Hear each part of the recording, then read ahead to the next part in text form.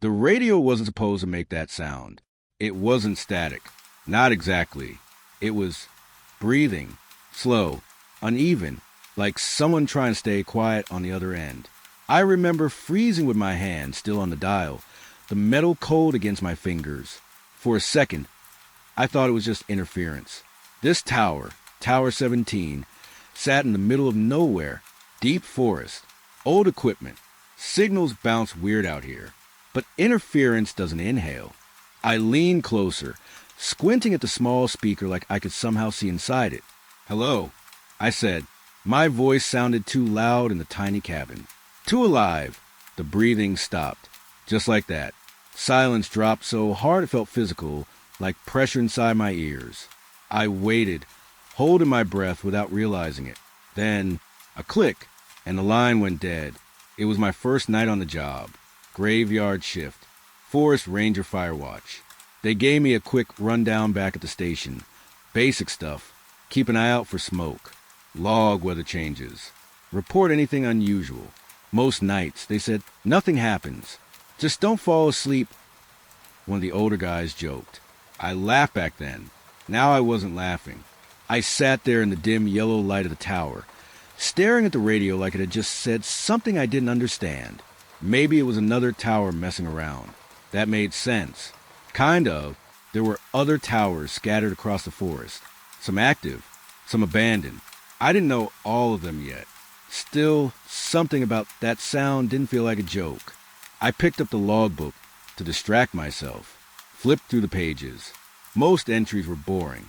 Clear skies. Wind light from the north. Nothing to report. Page after page of nothing. Until I hit a page that wasn't like the others. No date. Just one line, written darker than the rest. Do not respond to Tower 12 after sunset. I frowned.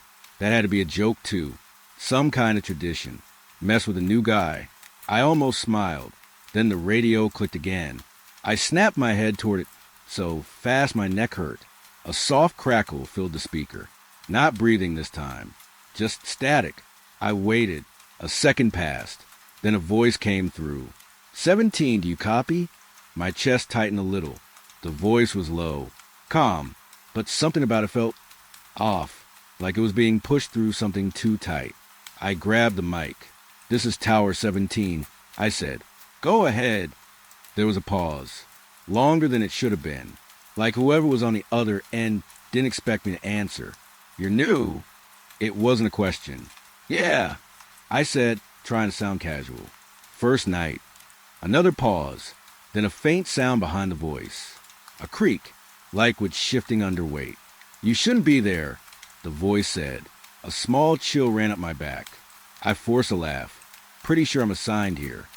"No," the voice said, a little sharper now.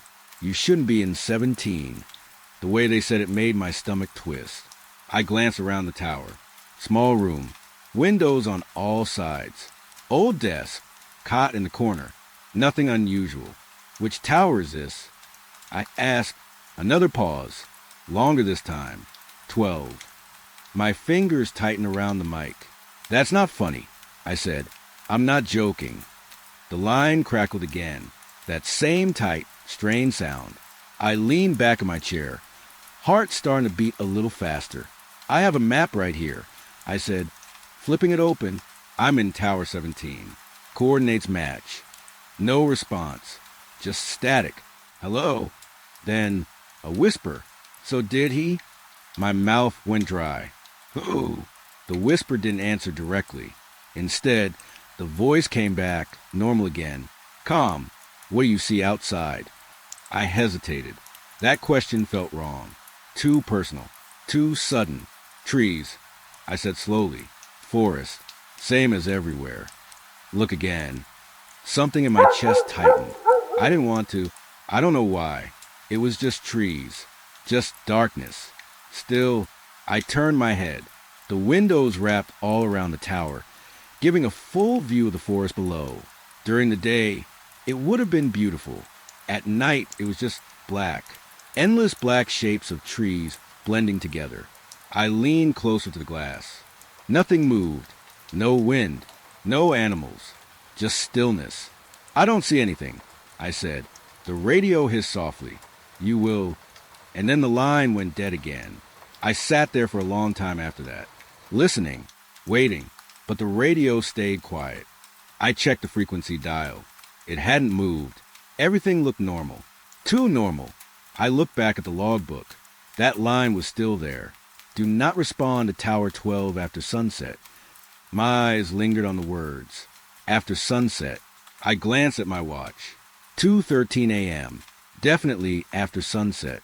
A slow, creeping feeling started building in my chest. Not panic. Not yet. Just unease. Like something didn't fit right. I grabbed the map again. Spread it out on the desk. Tower 17 was marked clearly. So was Tower 12. But something fell off. I leaned closer. Then I saw it. Tower 12 wasn't marked like the others. It was crossed out. Not cleanly. Not printed. Scratched over with pen. Hard. Repeated lines like someone tried to erase it manually. My throat tightened. Why would they do that? And more importantly, who was I just talking to? The radio clicked again. I flinched this time. Didn't even try to hide it. Static filled the room, louder than before, rougher. Then the voice came back. 17. It sounded closer now. Clearer. Almost like they were in the same room. I swallowed. This is 17. I said, quieter this time. A soft exhale came through the speaker. Relief. You answered again. Something about that didn't sit right. Who is this? I asked. A pause. Then, you already know. My grip on the mic tightened. No, I don't. Another creak in the background. Louder this time. Closer. Like it wasn't behind them anymore. Like it was right next to them. Look at your logbook, the voice said. My eyes flicked down automatically. The page had changed. I froze. There was more writing now. Under the original line. Same dark ink. Same heavy pressure. He answered twice. My chest went cold. I didn't write that. I whispered. I know. The voice sounded almost sympathetic. That made it worse. A slow, careful fear started spreading through me now. Not sharp. Not loud. Just steady. Growing. What is this? I asked. No answer. Instead, don't answer next time. My heart skipped. Next time. The radio crackled softly. He always calls 3 times. A long silence followed. I could hear something faint again. That breathing. Slow. Uneven. Not from the radio this time. I felt it before I understood it. A subtle shift in the air behind me. Warm. Close. I stopped breathing. Very slowly, I turned my head toward the back of the tower. Toward the small, dark corner near the cot. Nothing was there. Just shadows. Still. Silent. I let out a shaky breath. You're messing with me, I said into the mic, trying to sound steady. This isn't funny. No response. The line had gone dead. Again, I didn't sit down after that. I stayed standing, facing that corner, listening. Every small sound felt louder now. The wood settling, the faint hum of the radio, my own heartbeat. I told myself it was just nerves. First night, new place, my brain playing tricks. That had to be it. It had to be. Then the radio clicked. One last time. I stared at it. Didn't move. Didn't breathe. Static filled the speaker. And then, 17, the voice was different now. Lower, closer, and underneath it, that breathing again, right on the line. And behind me, at the same time. Do you copy? My hand hovered over the mic, shaking. I remember the logbook. He always calls 3 times. This was the third. The tower felt smaller now. The walls tighter. The air heavier. 17. The voice stretched my name like it knew me. Like it had been waiting. My fingers twitched. Closer to the button. Please? Something in that word cracked. Not emotion. Not fear. Hunger. I pulled my hand back. Hard. No! I whispered. The radio went silent instantly. Dead. Completely dead. Even the static disappeared. For a moment, everything was quiet. Too quiet. Then, from the corner behind me, a soft creak. Not from the radio. not from the walls, from inside the room. I closed my eyes, and that's when I realized something I hadn't noticed before. The tower door, the one at the bottom of the stairs. I never heard it open, and I never locked it, but I wasn't alone anymore. I shouldn't have stepped outside. That's the first thing I remember thinking. Not when I opened the door, not when I grabbed the flashlight, but the moment my boot touched the first wooden step going down the tower. Something in me said, this is wrong. Still, I went, because staying inside felt worse. Inside there was something breathing. The forest at night isn't just dark, it's layered. Shadows inside shadows. Shapes that almost look familiar until you stare too long. My flashlight cut a narrow tunnel through it. Everything outside that beam felt alive, watching. I kept one hand on the railing as I climbed down, slow and quiet. Each step creaked under my weight, louder than it should have been. Halfway down, I stopped, listened. Nothing. No wind, no insects, no movement. Just silence that felt too complete, like the forest was holding its breath with me. I reached the ground. Gravel crunched softly under my boots. I turned, aiming the flashlight back up toward the tower. Tower 17 stood tall and still, windows dark. For a second, I had this strange thought. What if something was looking down at me right now? I forced myself to look away. Don't start that. Stay focused. I told myself I just needed air. That's it. Clear my head. Walk a little. Come back. Simple. Then the radio clipped at my shoulder. A soft crackle. I froze. Slowly. I brought it up. Didn't press anything. Just listened. You went outside. My chest tightened instantly. Same voice, but clearer now. Closer. How do you know that? I asked. No hesitation this time. I can see you. I turned fast. Swept the flashlight across the trees. Left. Right. Behind me. Nothing. Just trunks. Branches. Darkness. Where are you? I said, sharper now. A pause. Then, not far. That answer didn't help. It made it worse. My grip on the radio tightened. Which tower are you in? I asked. You already know that doesn't matter. The way he said it, calm, almost tired, made my stomach twist again. A new thought slipped in. What if he wasn't in a tower? I pushed that away. Why were you in my room? I asked. Silence. Then a soft, almost confused reply. I wasn't. The words hit wrong. Too quick. Too certain. Like he believed it. Then who was breathing? I asked. No answer. Just a faint crackle. Then, you shouldn't stay near the tower. My eyes flicked back up. The top window. Still dark. What? I said. There's a trail behind you, he continued, ignoring my question. You see it? I turned slowly. Behind me, the forest stretched deeper. My flashlight caught uneven ground, patches of dirt between roots. At first, nothing stood out. Then I noticed it. A narrow path, barely visible, darker than the rest, like something had worn it down over time. I frowned.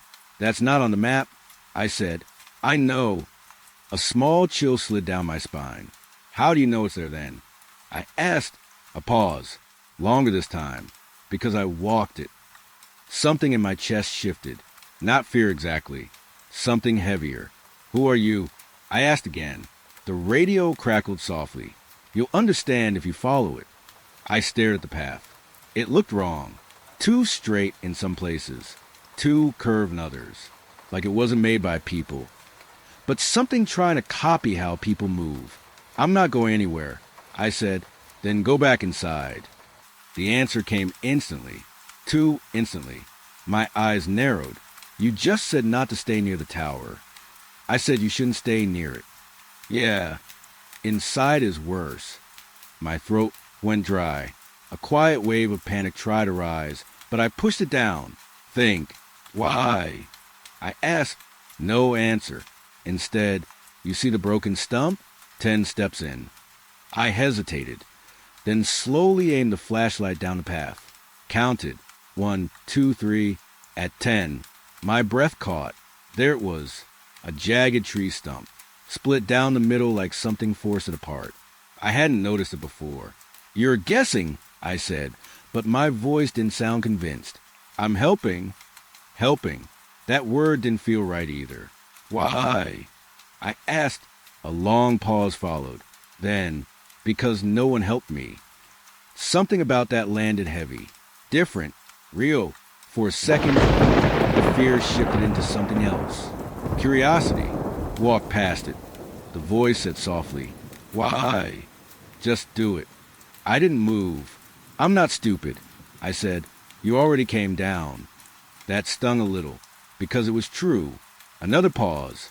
Then the voice changed slightly. Less calm, more urgent. "If you hear the stairs again, you won't have time." My chest tightened. "What stairs?" No response. "Hey, what stairs?" Silence. Just static. I swallowed. Then, against my better judgment, I took a step forward. The ground felt softer on the path. Damp, slightly uneven. Another step. Then another. The forest seemed to close in a little more with each one. My flashlight flickered once. I stopped, tapped it. The beam steadied again. "Keep going," the voice whispered. I hadn't even realized the radio was still on. "How far?" I asked. "Not far." That answer again. Always that answer. I passed the stump. Up close, it looked worse. The split wasn't clean. The wood inside looked twisted, like it had grown wrong. I moved faster. Didn't like being near it. A few more steps and the path curved slightly. Then I saw something else. Marks on the ground. Thin lines, like something had been dragged. I crouched down, ran the flashlight over them. They went deeper into the trees. "Do you see them?" the voice asked. "Yes." They weren't there before. My stomach dropped. "What do you mean before?" No answer. Instead, "You're close." Close to what? I stood back up, suddenly aware of how far I'd come from the tower. I turned. The light barely reached it now. Just a dark shape in the distance. Too far. Way too far. "I'm going back," I said. "No." The word hit sharp, almost like a command. "You don't understand," the voice continued. "If you go back now." A sound cut him off. Faint, but clear, with creaking. I froze. My eyes snapped toward the tower. Even from this distance, I could hear it. The stairs. Slow. Heavy. Someone was coming down. From inside my tower. My chest locked up. "That's not me," I whispered. "I know." The voice sounded tight now. For the first time, afraid. "Then who is it?" I asked. No answer. Only, "Don't let it see you." The creaking continued. Step by step, getting lower, closer to the ground. I turned off my flashlight instantly. Darkness swallowed everything. I dropped into a crouch without thinking. Heart pounding so loud, I was sure it could hear it. The radio stayed silent. No guidance now. Just me. And that sound. The stairs stopped. A long pause. Then, gravel. Soft crunching. It was outside now. I held my breath. Didn't move. Didn't think. Just listened. The footsteps were slow. Uncertain. Like it was searching. For something. For me. A cold realization settled in my chest. If that thing came from inside the tower, then what was talking to me on the radio? And how did it know these trails better than I did? The footsteps stopped. Silence again. Heavy. Waiting. Then the radio crackled softly. So quiet I almost missed it. "Don't move." I didn't. I couldn't. Because something out there, very close now, had just taken a breath. And it didn't sound human. I don't remember deciding to run. I just remember moving. The moment that thing breathed somewhere behind me, my body made the choice for me. I stayed low and moved sideways first. Slow, careful. Then faster when the footsteps didn't follow. Then I turned and ran straight into the trees. Branches scraped my arms. Roots caught my boots. The dark kept shifting in front of me like it didn't want me to see where I was going. I didn't stop. Didn't look back. Didn't even breathe properly. I just ran until the sound of gravel, and that thing faded into nothing. I don't know how long I kept going. Time didn't feel real out there. Just distance. Just that feeling of needing to get away. Eventually, I slowed. My chest burned. My legs felt weak. I bent forward, hands on my knees, trying to catch my breath. Silence. Again. But this time, it felt different. Not like something was hiding. More like something had been left behind. I straightened slowly, turned in a slow circle. The forest here looked older. The trees were taller, thicker, their trunks twisted in ways I hadn't seen near Tower 17. The air felt colder too, heavier, like it had been sitting still for years. The radio crackled. I flinched hard enough to almost drop it. "You're close." His voice, but quieter now, weaker. Close to what? I whispered. No answer, only a faint hum. I swallowed, then I noticed it. Through the trees, ahead of me, a shape, tall, straight, too straight to be natural. I raised my flashlight. The beam cut through branches and leaves, and landed on it, a tower, but not like mine. This one looked wrong. The wood was darker, weathered, parts of it bent slightly, like it had been standing too long, without anyone fixing it. And the stairs, they didn't look safe. Some steps sagged. Others leaned at odd angles. My stomach tightened. "Tower 12, I said quietly. The radio hissed. "Yes." Something in his voice shifted. Relief, and something else. Fear. "Don't go up," he added quickly. I frowned. Why not? No answer. Instead, just stay where you are. I stared at the tower. One thought kept pushing forward. If he's not in there, then who was I talking to? And if something came out of my tower, then maybe this is where it came from. My grip on the flashlight tightened. "I need to see," I said. No, the word came sharp, louder than before. For the first time, it sounded desperate. "You don't understand," he said. "It doesn't stay in one place." That didn't make sense. What doesn't? I asked. Silence. Again, that silence was starting to feel like an answer. I took a step forward. The ground here felt different, softer, like it had been disturbed. Another step. The tower loomed larger now. The door at the bottom hung slightly open, just enough to let darkness spill out. I stopped a few feet away. Listened. Nothing. No breathing. No movement. Just the quiet creak of the structure as it shifted in the night. "Is this where you are?" I asked. A long pause. Then, My chest tightened. What does that mean? No answer. I moved closer to the door. The wood was splintered near the handle. Scratches. Deep ones. Like something had tried to get in. Or out. I reached out and pushed the door. It opened slowly, creaking louder than anything else in the forest. Inside it was dark. Thick, dark. My flashlight barely touched it. The bottom of the stairs sat right in front of me. Narrow. Steep. Each step uneven. "Don't go up," the voice whispered again. Softer now. Almost pleading. I hesitated. For the first time, I actually listened to that feeling in my chest. That quiet warning. But then, the radio clicked. Not crackled. Clicked. Like something else had pressed a button. And a voice came through. My voice. "Hello?" I froze. That was me. From earlier. From inside Tower 17. The exact same tone. The exact same confusion. "This is Tower 17. Go ahead." My throat went dry. "That's not possible," I whispered. The radio in my hand stayed silent. But the sound kept coming. Not from the device. From above me. Inside the tower. My voice echoed faintly from the stairs. Like a recording being played back. But not quite right. Slower. Stretched. 17. I took a step back. Heart pounding. "What is that?" I asked. The other voice, the real one, answered immediately. That's how it learns. Cold spread through my chest. What learns? No answer. Only, "Leave." But I couldn't, because now I recognized something else. Underneath my own voice, repeating from above, there was another sound. That breathing. Slow. Uneven. I looked up the stairs. The darkness seemed deeper now. Like it wasn't just absence of light, but something filling the space. "Waiting. You went outside." My voice echoed again. Then, I can see you, but this time it wasn't my voice anymore. It sounded wrong, closer to the thing that had been breathing, twisted, like it was trying to copy me and getting better at it. My stomach turned. It's mimicking, I said quietly. Yes. The answer came fast. Too fast. Like he'd been waiting for me to understand. Then why does it sound like you too? I asked. Silence. Long. Heavy. Then, because it heard me first, something clicked in my head. Something I didn't want to understand.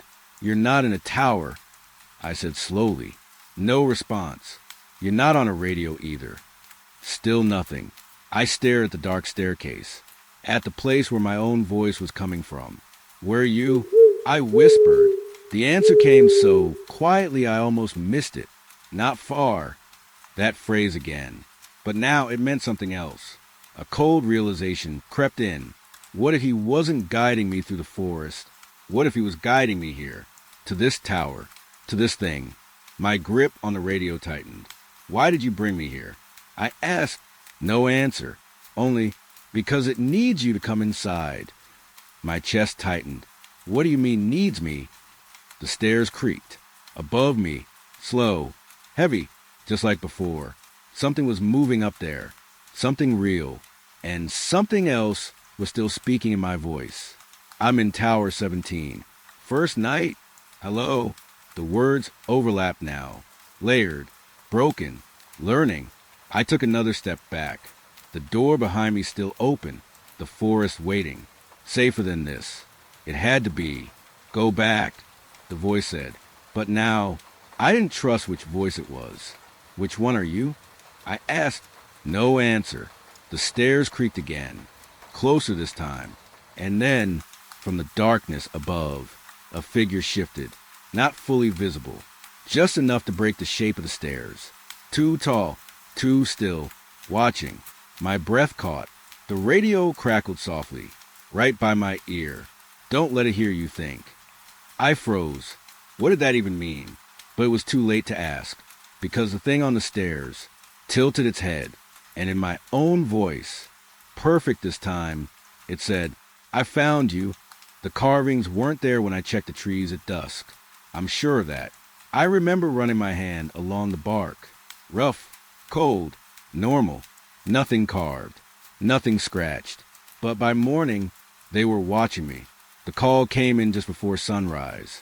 Not through the main line, through the side channel we barely used. A soft crackle, then a voice I didn't recognize. Pine, 9 needs a second set of eyes. I was already awake. Couldn't really sleep after what happened in the towers. Every time I closed my eyes, I heard my own voice, not mine anymore. Still, this was work. Something real. Something I could understand. What's going on? I asked. A pause. Then, trees. That was it. Just one word. I almost asked him to repeat it. Then he added, they're marked. Sector Pine 9 sat deeper than most patrol zones. Old growth. Thick canopy. The kind of place where light doesn't fully reach the ground even during the day. By the time I got there, the sky was pale. Not fully bright. Just enough to turn everything gray. The air felt damp. Heavy, like it had rained, even though it hadn't. I found a ranger near a cluster of tall pines. He didn't wave when he saw me.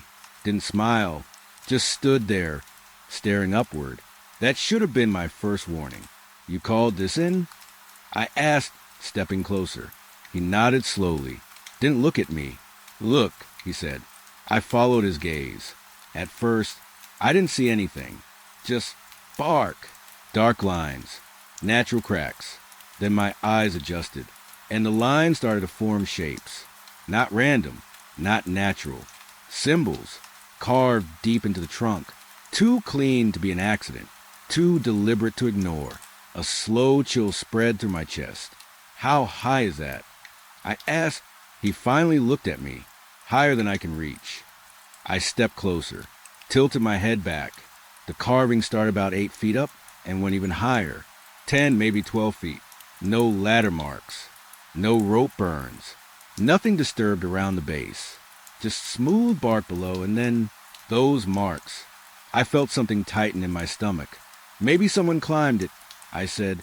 Even as I said it, I didn't believe it. The ranger shook his head. I checked the others. My chest tightened more. How many? He pointed deeper into the forest. 6 so far. 6. I turned slowly, looked past him, and that's when I noticed something else. More trees, in a loose line, each one with a mark, all at the same height, all facing the same direction. Facing, I followed the alignment. It pointed deeper into Pine 9, into thicker trees, darker ground, a place no one patrols, unless they have to. Did you report this? I asked. I tried. His answer came too fast. Radio kept cutting. That didn't surprise me anymore. What about last night? I asked. You were on shift, right? He hesitated, just for a second. Then, I stayed in the tower. Something about the way he said it felt off, like he was choosing those words carefully. Did you hear anything? I asked. A long pause. Then he looked back at the carvings. No. He was lying. I could feel it, but I didn't push. Not yet. Instead, I reached up, tried to touch the lowest part of the carving. My fingers stopped inches short. Too high. I jumped slightly. Still couldn't reach. The ranger watched me. Didn't say anything. You're telling me someone did all this overnight? I said slowly, without leaving a single trace? He didn't answer, because we both knew the answer. No. We moved to the next tree. Same thing. Same height. Same clean cuts. But the symbol was different. More curved. More deliberate. Like it wasn't random marking. Like it was writing. A message. Do you recognize these? I asked. He shook his head. No. But his voice felt thin. Uncertain. Like he didn't want to recognize them. I stepped closer. Ran my fingers lightly over the bark. The cuts were fresh. Still slightly damp. Sap clung to the edges. This was done recently. Very recently. A quiet thought slipped into my mind. What if it's still here? I pulled my hand back. Looked around. The forest was still. Too still. No birds.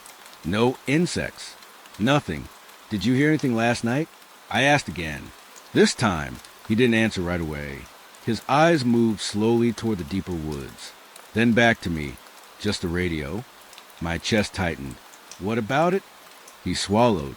Then, it was saying things. A cold feeling settled in my stomach. What kind of things? He hesitated. Like, he didn't want to say it out loud. Then, it knew where I was. The words hung there. Heavy. Too familiar. It told me to look outside, he continued quietly. Said there was something in the trees. My pulse started to pick up. Did you look? He nodded, and a long pause. Then there was nothing. Relief tried to rise in my chest, but it didn't last, because he added until I looked away. I went still. What do you mean? His eyes shifted slightly, like he was remembering something he didn't want to. When I turned back, there was a mark on the tree. My throat went dry. That wasn't there before. The forest felt tighter around us now. Closer. Listening. And the radio? I asked. He shook his head. Still talking. A small crack formed in his voice. It said, "You missed it." My chest tightened. That same pattern. The same tone. The same presence. What time was this? I asked. He frowned slightly. Doesn't matter. That answer hit wrong. What do you mean it doesn't matter? He looked at me fully now, and for the first time, there was something in his eyes. Fear. Real fear. It doesn't follow time, he said quietly. The air seemed to drop a few degrees. What doesn't? I asked, but I already knew. He didn't answer. Instead, he pointed at the next tree. I turned, walked toward it slowly. This one was different. The carving was larger, deeper, more aggressive, and higher, much higher, at least 15 feet up. My stomach dropped. That's not possible, I whispered. No ladder, no equipment, nothing disturbed below, just bark, then carving, like something reached up there, effortlessly. I stepped back. My mind started trying to solve it. climbing gear, tools, something logical. But none of it fit. None of it explained the clean cuts, or the height, or the fact that they appeared overnight. A faint sound broke the silence. I froze. "Did you hear that?" I asked. The ranger didn't answer. I turned toward him. He was already looking at the trees. Not at me, not at the carvings, but at the space between them, like he was tracking something. "What is it?" I whispered. His lips moved slightly. Barely a sound. "It's early." My chest tightened. "What's early?" He didn't answer. The sound came again, soft, like something brushing against bark. Above us, I slowly tilted my head up. The canopy stretched high overhead, branches tangled together, dark shapes against the pale sky. Nothing moved, but something felt wrong. Then I saw it, a fresh cut, right above us, higher than all the others. Sap still dripping, slow, sticky, as if it had just been carved. Right now, a cold wave rushed through me. "It's happening again," I whispered. The ranger took a step back. His breathing changed, faster, uneven. "We need to leave," I said, but he didn't move. His eyes were locked upward. "Don't," he whispered. "Don't what?" His voice dropped lower, more urgent. "Don't let it know you see it." My stomach turned. "See what?" I opened my mouth to ask, then stopped, because something shifted above us. Not a branch, not the wind, something heavier, something that moved wrong, too smooth, too controlled. And for just a second, between the branches, I saw a shape, long, thin, curved around the trunk, higher than anything should be. My breath caught. The radio at my belt crackled softly. A familiar voice slipped through. "Pine 9? It sounded like me. Again. "Look up." I didn't. I couldn't, because I already had. And whatever was carving those symbols was still up there, watching us, waiting for us to notice. And I think it just realized that I had. The carvings didn't stay where we found them. That's the part no one believes when I tell it. Not that they appeared overnight. Not that they were too high to reach. It's that they moved. I went back to Pine 9 the next day. I had to. I told myself it was to document everything properly. Take photos, mark coordinates, do it the right way. But that wasn't the real reason. The real reason was simpler. I needed to know if what I saw was real, or if something in that forest had already started getting inside my head. The ranger from yesterday didn't come. He called in sick. At least that's what dispatch said. His voice on the phone sounded off, flat, like he wasn't really there. "Don't go back," he told me before hanging up. Then the line cut. No explanation. Just that. I went anyway. The forest felt different in daylight. Safer. At least it tried to feel that way. Birds were back. Wind moved through the trees again. Normal sounds. Normal light. But it didn't reach everything. There were still pockets of shadow where the sun didn't quite touch. Pine 9 had more of those than anywhere else. I followed the same path as before. Marked trees, broken roots, that split stump. Everything looked the same. Until I reached the first carving. I stopped. Something felt wrong immediately. I stepped closer. My chest tightened. The carving was still there. Same shape, same deep cuts, same height. But it wasn't facing the same direction anymore. I frowned. That didn't make sense. I circled the tree slowly, ran my fingers along the bark. The cut was fresh, but the surface around it felt older, like the tree had grown around something that had already been there. "That's not possible," I whispered. "Trees don't rotate their scars. They don't shift markings overnight." I stepped back, looked around. The alignment was broken. Yesterday, all the carvings pointed deeper into forest. Now, this one pointed slightly to the left, toward a different section, a denser one. My stomach turned. I moved to the second tree. Same thing, same symbol, same height, different direction. Not random, adjusted, like something had corrected it. A quiet thought slipped in. It's not marking a place. It's pointing somewhere. The radio crackled softly. I froze. "You came back." His voice, weak again, distant. Yeah, I said. You knew I would. A pause. They moved. It wasn't a question. I looked at the tree in front of me. Yeah, I said slowly. They did. Another pause. Longer this time. Then it's faster now. My chest tightened. What is? No answer. Instead, don't follow them. I looked deeper into the forest, toward where the carvings now pointed. Something in me already knew I would. Why?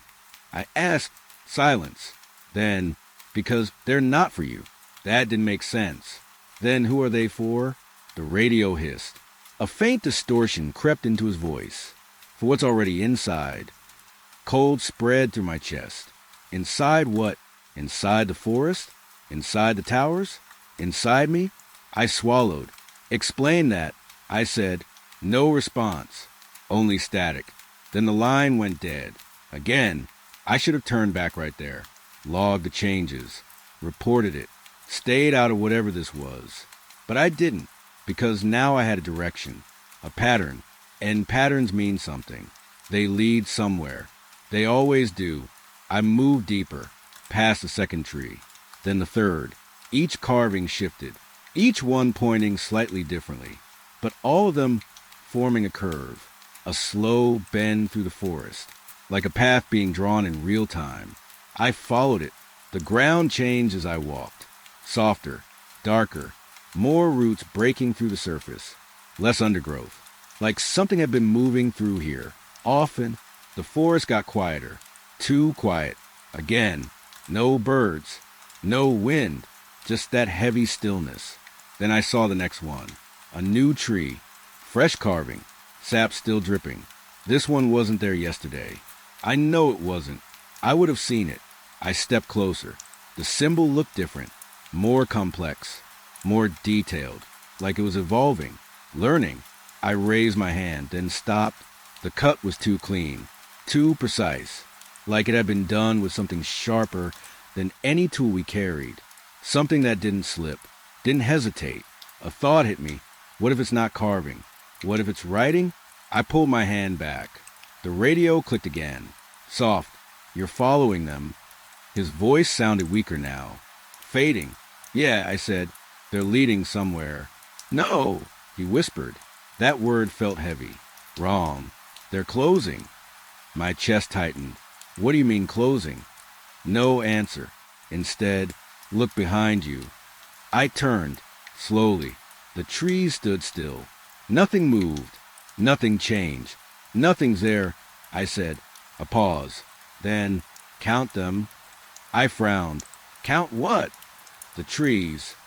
That didn't make sense. But I did it anyway. 1, 2, 3, 4. I stopped. My stomach dropped. There were more. I turned further. Counted again. 5, 6, 7. The carvings. They weren't just ahead of me anymore. They were behind me too. Fresh ones. New ones. Same height. Same clean cuts. Facing inward. Toward me. My chest tightened hard. That wasn't there before. I whispered. I know. His voice sounded almost gone now. Faint. They're not guiding you, he said. A long pause. Then, they're surrounding you. My breath caught. I turned slowly in a full circle. Every direction. Trees. And now, carvings. All angled slightly inward. All pointing toward where I stood. A shape formed in my mind. Not a path. Not a warning. A boundary. Or worse, a cage. Panic started to rise. Slow. Controlled. But real. I'm leaving. I said. No answer. The radio had gone quiet. I stepped back. Then another step. Trying to retrace my path. But something fell off. The trees didn't look the same. The spacing felt wrong. Too tight.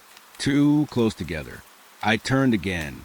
Trying to find the original direction. But every direction now looked similar. Too similar. My breathing picked up. Okay, I whispered to myself. Stay calm. Just follow your tracks. I looked down. The ground was soft enough to hold footprints. But there were too many layers. Overlapping. Not just mine. different sizes, different depths, some deeper than they should be, like something heavier had walked there. Recently, a cold wave hit me. I wasn't the only one moving through here. The radio crackled again, but this time, the voice wasn't his. Pine 9, it was mine. Again, you're close? My chest tightened. Stop doing that, I said, but my voice felt weak. The radio continued. Just a little further. I shook my head. No. Then, another voice. Also mine. Don't go back. Then another. They're moving. The words overlapped, layered, like multiple versions of me speaking at once. Learning, practicing. My heart pounded harder. They're not real, I whispered. They're not real. But something moved. Above me, a soft scrape against bark. I froze. Slowly, I looked up. The canopy shifted slightly, branches bending, not from wind, from weight. Something long, something thin, moving between the trees, keeping pace with me, always above, always just out of clear view. My breath caught. It's following me, I whispered. The radio hissed. Then, no! A pause, long, heavy. It's positioning. My chest tightened. For what? No answer. Only the sound of bark being touched, scraped, carved, right above me. I stepped back instinctively, then stopped, because I understood something now. The carvings weren't appearing randomly. They weren't even moving. They were being placed, one by one, around me, and whatever was doing it was still up there, finishing the pattern, and I was standing right in the center of it. The radios were still talking when we found them. That's how we knew something was wrong before we even saw the ground. 3 units, 3 different channels, all active, all speaking at once. And none of the voices belonged to the people we sent. The survey team left at 9:40. 4 of them, experienced, not new like me. They'd worked Pine 9 before, knew the terrain, knew how to mark coordinates, track patterns, stay in contact. We briefed them fast. Carvings moving, symbols shifting, possible interference on radios. Nothing we couldn't explain yet. They didn't seem worried. One of them even joked. Probably just kids messing around. I remember thinking, I hope that's true. Their first check-in came on time. Clear, normal, reached first marker. Symbols confirmed, moving deeper. No distortion, no delay. Everything sounded fine. Second check-in, slight static. Nothing unusual. Pattern is curving. Looks intentional. Then the third. That's when it changed. You hearing that? The voice was tighter. Alert. We leaned in closer to the speaker. Hearing what? Dispatch asked. A pause. Then, never mind. That answer didn't sit right, but they kept moving. Fourth check-in never came. By noon, we sent a retrieval team. That's when I went back in. Not alone this time. 3 of us, armed. Radios synced. Instructions clear. Find them, bring them back. Simple, at least on paper. We found the first radio before we found anything else. Lie on the ground. Still on. Still transmitting. A soft crackle filled the air around it. Then, left, no, don't go left. The voice was distorted, stretched, like it was being pulled apart. I crouched slowly, recognized the tone. It was one of the survey team, but wrong. Too slow, too layered, like multiple versions of him speaking at once. Hello, I said into my radio. No response. The device on the ground continued. You missed it, it's above you. My chest tightened. That phrase again. Above you. I looked up instinctively. The canopy stood still. Too still. Nothing moved. I looked back down. The radio had fresh dirt on it, like it had been dropped recently. Where's the rest of the team? One of the guys behind me asked. No answer. Only the radio. Don't stop walking. It follows when you stop. I swallowed. That didn't sound like something he'd say. Not like that. Not with that tone. We moved forward. The second radio came a few minutes later. Same condition. On the ground. Still active. But this one was worse. The voice wasn't just distorted. It was overlapping. We're not alone. We're not alone. We're not alone. The same sentence, repeating, but slightly different each time. Pitch shifting, timing off, like something was trying to sink it, and failing. My skin prickled. Turn it off, someone said. I reached down, hesitated, then pressed a button. The voice cut instantly. Silence rushed in. Too fast. Too clean. I exhaled slowly. That should have felt like relief. But it didn't, because now the forest felt louder. We kept moving, following the pattern. The carvings had changed again. Closer now, tighter, more frequent, and different. Not just symbols anymore. Lines connecting them. Carved shallow between trees. Barely visible unless you look closely, like a map or a boundary. They weren't like this before, I said. No, one of the others replied. They weren't. We moved slower after that, more careful, eyes scanning everything. Ground, trees, above, always above. We found the third radio near a cluster of trees. This one wasn't on the ground. It was hanging, strapped to a branch, too high to reach normally, at least 10 feet up. My stomach dropped. How did that get there? Someone whispered. No one answered, because we all knew. No one on that team could have placed it there. Not like that. The radio crackled. Then, don't look at it. My breath caught. That was new. A different voice. Quieter. Calmer. If you look at it, it looks back. A slow chill spread through me. I stepped back instinctively. Cut it down, the third guy said. No, I said quickly. Too quickly. They looked at me. Why not? I didn't have a good answer. Just a feeling. A bad one. It's wrong, I said. That didn't help. But they didn't argue. Instead, we moved around it, carefully, avoiding looking directly at it. The radio continued softly above us. You're already inside. That word again. Inside. Inside what? We hadn't found a single person yet. No footprints. No signs of struggle. No blood. Nothing. Just radios. And voices that didn't sound right. My chest felt tight, like the air wasn't moving properly. We need to head back, one of them said. I didn't argue. We turned, started retracing our path. But something fell off immediately. The trees looked different, spacing wrong. Light shifted, too dim for the time of day. Wait, I said. They stopped. What is it? I turned slowly, looking around, trying to match landmarks. But nothing lined up. We came from that way, one of them said, pointing. I frowned. No, we didn't. A quiet tension settled between us. You sure? He asked. I nodded slowly. But I wasn't. Not completely. The forest felt rearranged, like it had shifted while we weren't looking. The radio at my belt crackled. Soft. You took the wrong turn. My breath caught. That was my voice. Again. You always do. I clenched my jaw. Turn it off. I muttered. But before I could, another voice cut in. Not mine. Not the team. Stop walking. It sounded like the first ranger. The one from Pine 9. Weak. Fading. It's easier if you stop. My heart pounded harder. No. I whispered. We kept moving. Faster now. Branches brushing past. Feet crunching over soft ground. Trying to get out. Trying to find something familiar. Then, one of them stopped suddenly. Do you hear that? He asked. We all froze. Listened. At first, nothing. Then, voices. Faint.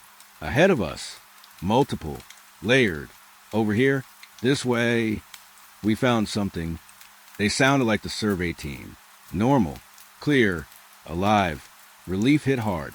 They're up ahead, someone said. And just like that, everything shifted. Hope. Movement. We started toward the voices. Faster. Ignoring the unease. Ignoring the way the forest felt tighter. Closer. Because we thought we found them. Because we wanted it to be over. The voices got louder. Clearer. Right ahead.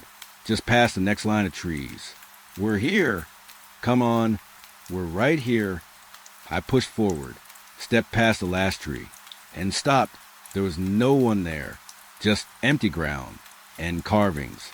Hundreds of them, covering every tree, all facing inward, all pointing to the center. Where we stood, the voices didn't stop. They kept coming. But now, they weren't in front of us. They were everywhere, all around, above, behind, inside the radios, inside the trees, repeating, layering, learning. We're here.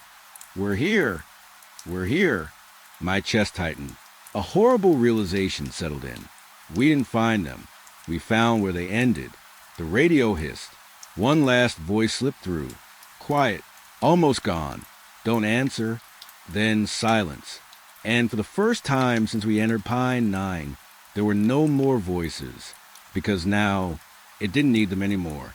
I understood it too late. By the time it made sense, we were already part of it. We stood in that clearing longer than we should have. 3 of us, surrounded by trees that weren't just marked anymore. They were arranged, deliberately, tight, close enough that I could reach out and touch 2 trunks at once if I stepped right. Every carving faced inward. Every line angled toward the same point. Us. I kept turning slowly, trying to break the pattern in my head, trying to see it differently. A path, a warning, anything but what it actually was. But the more I looked, the clearer it became. This isn't random, I said quietly. No one answered, because they were seeing it too. One of the others stepped forward, running his hand over a carving. It's like arrows, he said. I shook my head. No, my voice felt tight. It's not pointing us anywhere. I swallowed. It's pointing at something. A pause. Then, at us, the third guy said. I looked at him. For a second, I wanted to argue, but I couldn't, because he was right. The air felt heavier inside that circle, harder to breathe, like the forest didn't want to move here. I stepped back slowly, toward the edge, testing something. The moment I crossed past one of the marked trees, the pressure eased, just a little. That was enough. Step out, I said. They didn't move. Now. Something in my tone must have landed. They followed, one by one. The moment we were all outside the circle, I felt it, a shift, subtle, but real, like something inside that space noticed. My skin prickled. Did you feel that? One of them asked. I nodded slowly. Yeah. We didn't go back in. Not yet. Instead, I walked along the outer edge, following the curve, watching how the trees lined up, and that's when I saw it. The pattern didn't stop at the circle. It continued, faint at first, then clearer, more carvings, more lines, extending outward, like veins, like something spreading. My stomach tightened. It's not just here, I said. They followed my gaze. Saw it too. The pattern wasn't forming one shape. It was building something larger, much larger. And this circle, was just one part of it. The radio crackled softly. I flinched, didn't reach for it right away. You see it now? His voice, barely there, like it was fading out. Yeah, I said. I see it. A pause. Then you understand. I looked at the carvings again, at the way they angled inward, at the way the lines connected, at the way everything pointed. Not outward, not away, but toward a center. And then, beyond it, like the center wasn't the end. Just a step, a pull, a direction. My chest tightened. It's not guiding people, I said slowly. No response. They're not paths, I continued. My voice dropped. They're signals. The radio hissed softly. Yes. That word fell heavy, like confirmation I didn't want. For what? I asked. A long pause. Then, for it. Cold spread through me. What is it? I whispered. No answer. Only static. Then silence. I turned back to the others. We need to leave, I said. This time, no one argued. We started moving. Fast. Not running, but close. Trying to retrace our path. Trying to get out of Pine 9 before something else changed. The forest didn't feel the same anymore. Not even in daylight. It felt aware. Like every step we took was being measured. Tracked. The carvings didn't stop. They kept appearing. Not all at once. But enough. One here, another there, always just ahead, always just behind, never where we expected, and always at that same height. Too high, too precise. I forced myself not to look up. I remembered what the ranger said. Don't let it know you see it. But it was hard, because I could hear it now. Faint, above us, moving, not like an animal, not like anything I knew. Too smooth, too controlled, keeping pace. We reached the split stump again, that same broken tree, the one from before. Relief hit hard. We're close, one of them said. I nodded. Yeah, but something felt off. I stepped closer, examined it. The split was deeper now, wider, like it had been pulled apart further. Fresh wood exposed, sap still wet. That wasn't like this before. I said, "No," the other replied. His voice was tight, uneasy. The radio crackled again. This time, multiple voices. All mine. Keep going. Don't stop. You're almost there. They overlapped, layered. Perfect copies. Perfect tone, but wrong. Empty, like something wearing my voice. Trying it on, getting comfortable. I shut the radio off. Hard. Silence rushed in. But it didn't help, because now the voices didn't need the radio. They were in the trees, faint, echoing, repeating things I hadn't said yet. We should turn back. This isn't right. We're being followed. My chest tightened. That last one, I hadn't said it out loud. Not yet. I stopped walking, slowly turned. The others stopped too. What is it? One of them asked. I didn't answer, because I was listening, not to the forest, to myself, or something pretending to be me. And then I heard it, clear, right behind me. Don't follow the pattern. My breath caught. That wasn't coming from the trees. It was close, too close. I turned. Nothing there. Just space. Just air. But it felt occupied, like something had just stepped back, just out of sight. Did you hear that? I asked. They shook their heads. No, that made it worse, because I knew what I heard. We kept moving, faster now, less careful. The need to get out was stronger than the need to understand. Branches scraped past us. Ground shifted underfoot, but we didn't stop. Then the forest opened slightly. Light broke through, and I saw it. Another pattern, bigger than the last. Much bigger. Dozens of trees, all marked, all connected, forming a long curve, like a funnel, pointing in one direction. Deep, deeper than we'd gone before. My stomach dropped. It's spreading, I whispered. No one answered, because they saw it too. The pattern wasn't static. It was growing, expanding, and everything we'd seen so far was just the outer edge, the beginning. A slow realization settled in. Heavy, unavoidable. We're not ahead of it, I said quietly. My voice felt distant. We're behind it. A pause. Then, it's already moving. The others looked at me, confused. What is? One asked. I swallowed, looked at the carvings, at the direction they pointed, at the depth they led into, and then, above, where something moved again, slow, controlled, waiting. It, I said, and this time I understood something that made my chest go cold. The markings weren't warning us. They weren't trapping us. They were calling something closer, step by step, tree by tree, and every time we followed them, we weren't escaping. We were helping it find us faster. The radio clicked. Even though it was off, a soft whisper slipped through anyway. Thank you.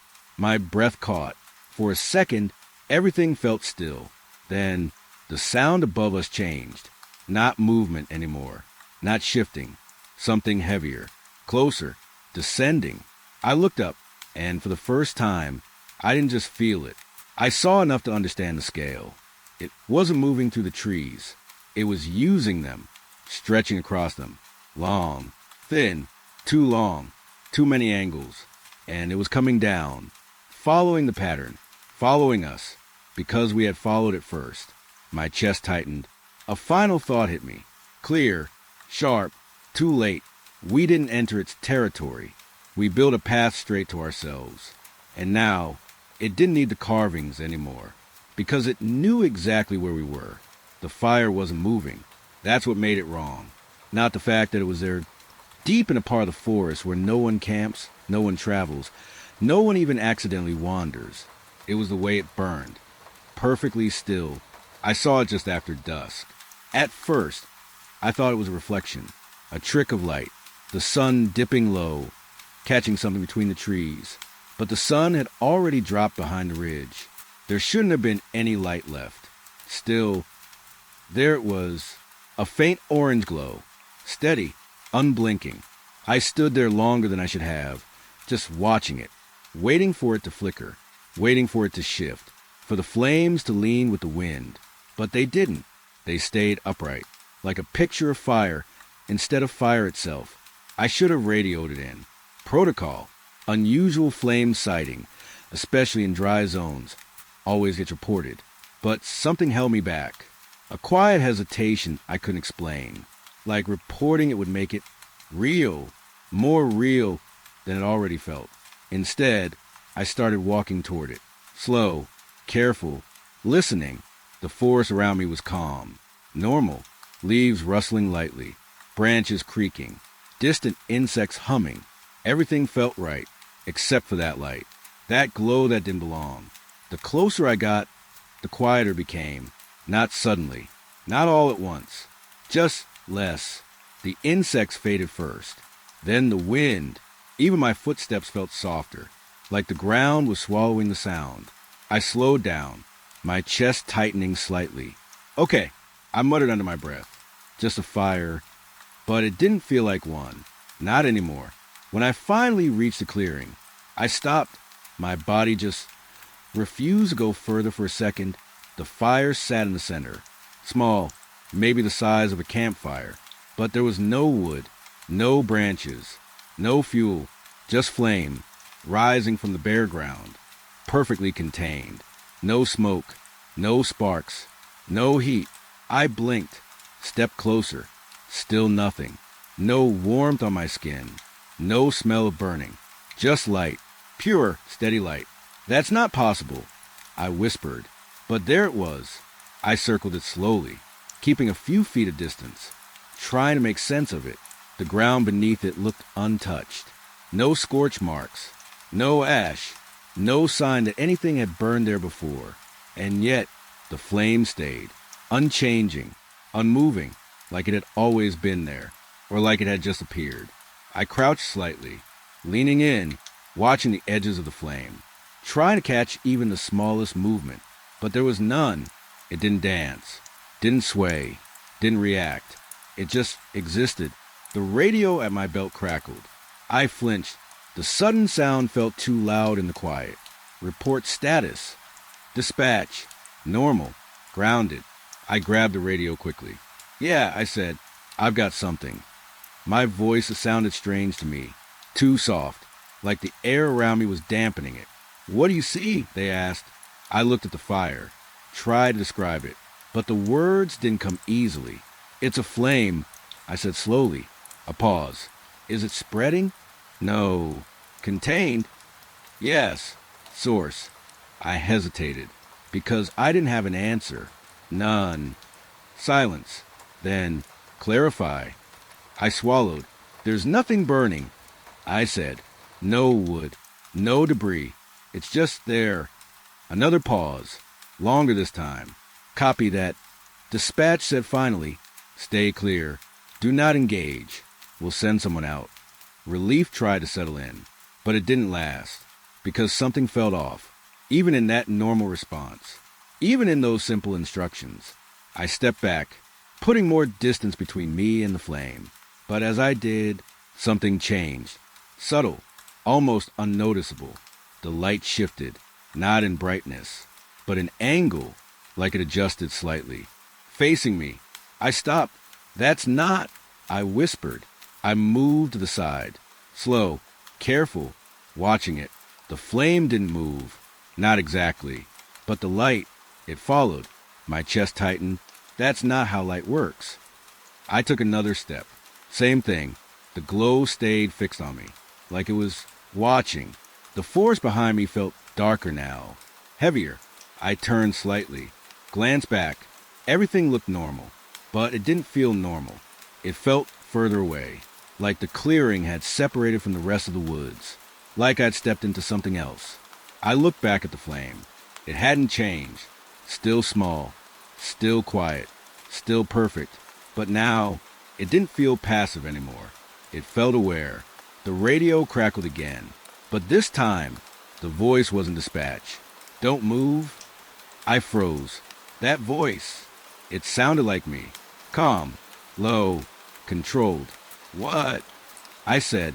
No response. Just silence. Then, if you move, it spreads.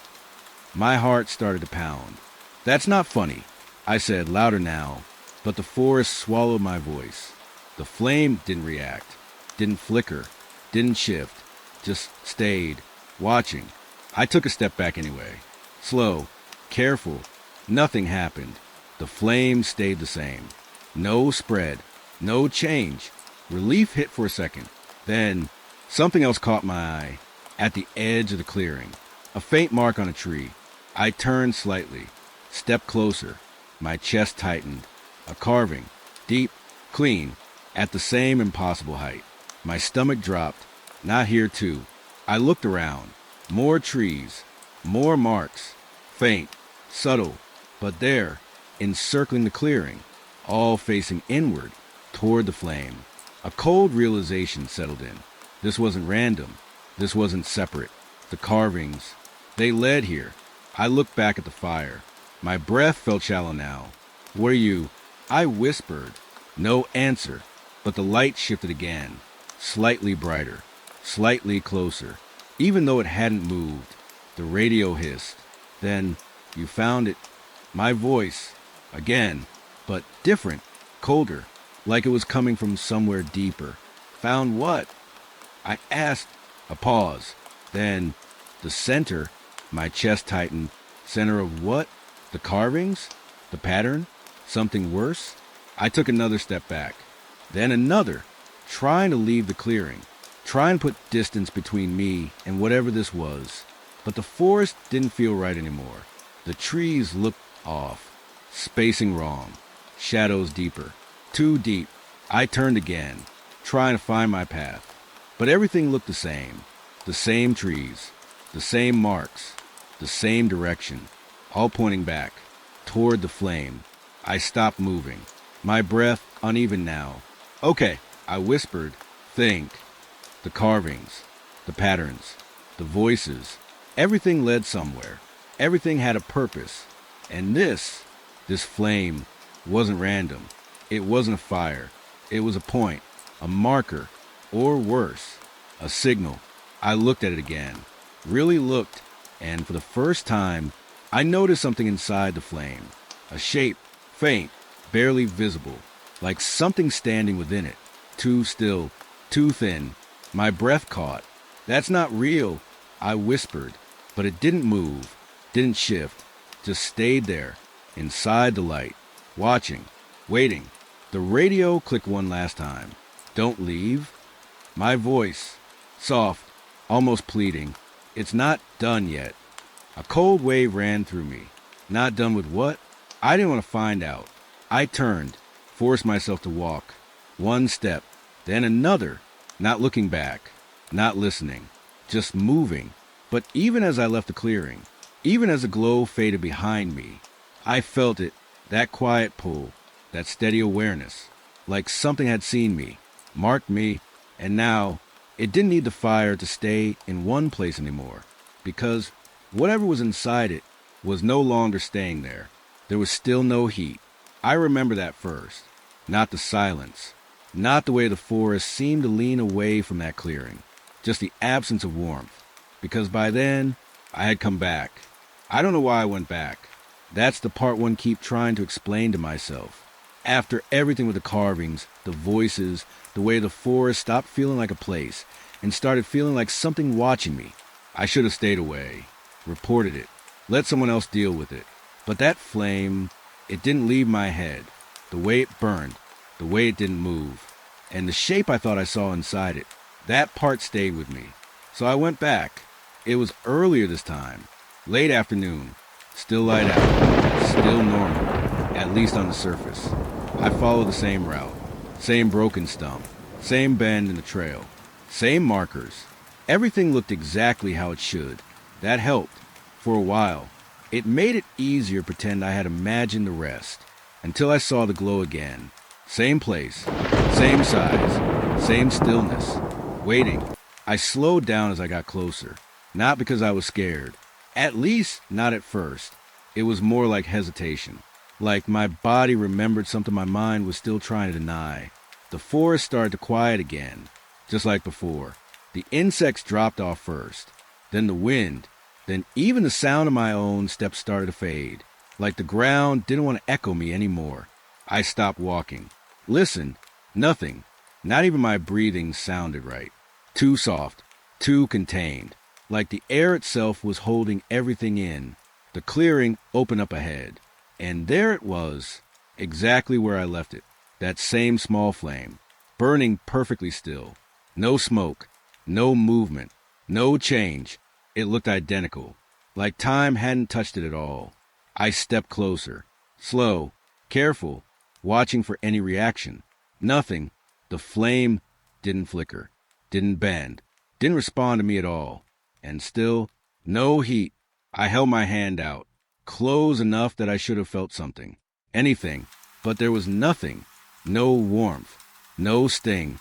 No sensation at all. It was like holding your hand near a picture fire. Not the real thing. That's not possible, I whispered again. Same words. Same disbelief. But this time, it felt heavier. Because now I knew this wasn't a one-time thing. It wasn't an illusion. It was consistent. Stable. Intentional. The radio clicked softly at my belt. I didn't reach for it. Not right away. Something told me to wait. To listen first. A faint static filled the air. Not loud. Not sharp. Just there. Like background noise that didn't belong. Then, you came back. My breath caught. Same voice. Mine. But thinner this time. More stretched. Yeah, I said quietly. The sound of my own voice felt wrong in the clearing. Too loud. Too real. Closer now. I frowned. What does that mean? A pause. Then, you stayed long enough. Cold crept into my chest. Stayed long enough for what? I didn't ask, because part of me didn't want the answer. I stepped to the side, watching the flame again, testing it. The light shifted. Subtle, but clear. It followed me, not physically, but the way it illuminated the ground. It stayed centered on me, like I was the reference point, not the flame. That's not how light works. I muttered, but nothing about this worked. The radio crackled again. This time, more voices, faint, layered, barely audible. Don't, stay back. It hears. My chest tightened. Those weren't mine. Different tones, different people, but distorted, like they were being stretched through something. I grabbed the radio, pressed it closer. Say again, I said. The whispers continued. No smoke, no heat, no shadow. I froze. No shadow? I looked down. My shadow stretched behind me. Normal. Expected. Then I looked at the flame, and my stomach dropped. There was no shadow beneath it. No dark space. No shift in light. It just existed, without affecting anything around it, like it wasn't fully there. A slow unease settled deeper. I circled it again, more carefully this time, watching the ground, watching the light, watching for anything that didn't line up. And then I noticed something else. The ground inside the clearing was too clean. No leaves, no debris, no signs of disturbance. Just bare earth, perfectly smooth, like something had cleared it, or like nothing had ever been allowed to settle there. The whispers on the radio grew slightly louder, still faint, still layered, but clearer now. Don't step closer. It changes when you're near. It remembers. I swallowed. Remembers what? I didn't know, but my feet had already moved. Closer, just one step. Then another, drawn in without meaning to. The flame didn't react. Didn't grow, didn't shrink, but something else did. The silence. It deepened, pressed in harder, until it felt like my ears were blocked, like I was underwater. My heartbeat got louder, each pulse echoing inside my head. I reached out again, closer than before. My fingers passed through the edge of the flame, and nothing. No pain, no heat, but something else. A feeling, cold, not on my skin, inside it, like something passed through me instead of the other way around. I jerked my hand back, my breath catching. "That's not right," I whispered. The radio spiked suddenly. Static surged. Then, "It's open." My voice, clearer now, stronger. "What is?" I asked. A pause. Then, "You are." My chest tightened. I didn't understand. Or maybe I did and didn't want to admit it. The whispers came back. Louder now. More urgent. "Leave. Don't let it." The signal cut sharply. Silence slammed back in. Heavy. Absolute. I looked around. The trees felt further away now. Like the clearing had expanded. Or like everything else had stepped back. Creating space.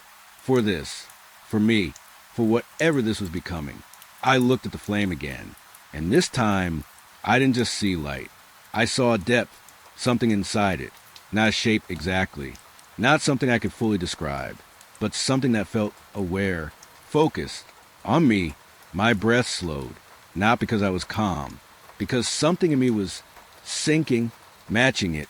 "That's not me," I whispered. But my voice sounded distant. Like it wasn't fully mine anymore. The radio clicked one last time. Soft. Almost gentle. "No smoke." A pause. "No heat." Another pause. Longer this time. Then, "No way back." Something in my chest dropped. Heavy. Final. I took a step back. Then another. Trying to break, whatever this was. Trying to leave. But the clearing didn't feel like it had an edge anymore. The trees looked the same in every direction. The light didn't change. The silence didn't break. And the flame, it didn't stay behind me. It stayed with me. Not physically, but in the way the light followed. In the way the air felt. In the way the whispers had stopped needing the radio. Because now, they were inside my head. And whatever that flame really was, it didn't burn things. It didn't spread like fire. It didn't need heat. It just needed something to step close enough and stay long enough for it to stop being alone. I crossed into the fire line without meaning to. That's the part one can't explain. One moment I was outside it, watching the flame. The next, I was inside it, and nothing burned. There was no heat when I stepped forward. No resistance. No warning. Just a soft shift in the air, like walking through a curtain that shouldn't exist. I remember stopping immediately, looking down, waiting for pain, waiting for my boots to melt into the ground. But the soil was unchanged, dry, normal, even cold. I looked up slowly and realized the fire was now all around me, not behind me, not ahead, around me, a full ring of soft, steady flame, perfectly still, no wind, no flicker, no smoke rising into the sky, just light, holding the forest in place like it had always been waiting for this exact shape. I stepped back instinctively. My heel hit nothing solid, but I didn't leave the ring. The fire didn't move. It didn't close. It didn't react. It just stayed, like it had already decided where I was allowed to be. My breathing got faster, but even that felt strange, like the air was thinner inside the circle. Not missing, just controlled, filtered. I reached for my radio. My fingers felt slightly numb. "Dispatch," I said quickly. "I'm inside the fire line. It's surrounding me." Silence answered, then static. Then you finally stepped in. My voice, again, but calmer than I remembered. Too calm. I froze. "That's not me," I whispered. No reply, just that same quiet hum in the background, like something breathing through the frequency. I turned slowly, trying to find a gap in the ring. There wasn't one. The fire line was perfect, a complete circle. No breaks, no weak points. No direction out, just even space in between each flame segment, like it had been measured, designed. I frowned.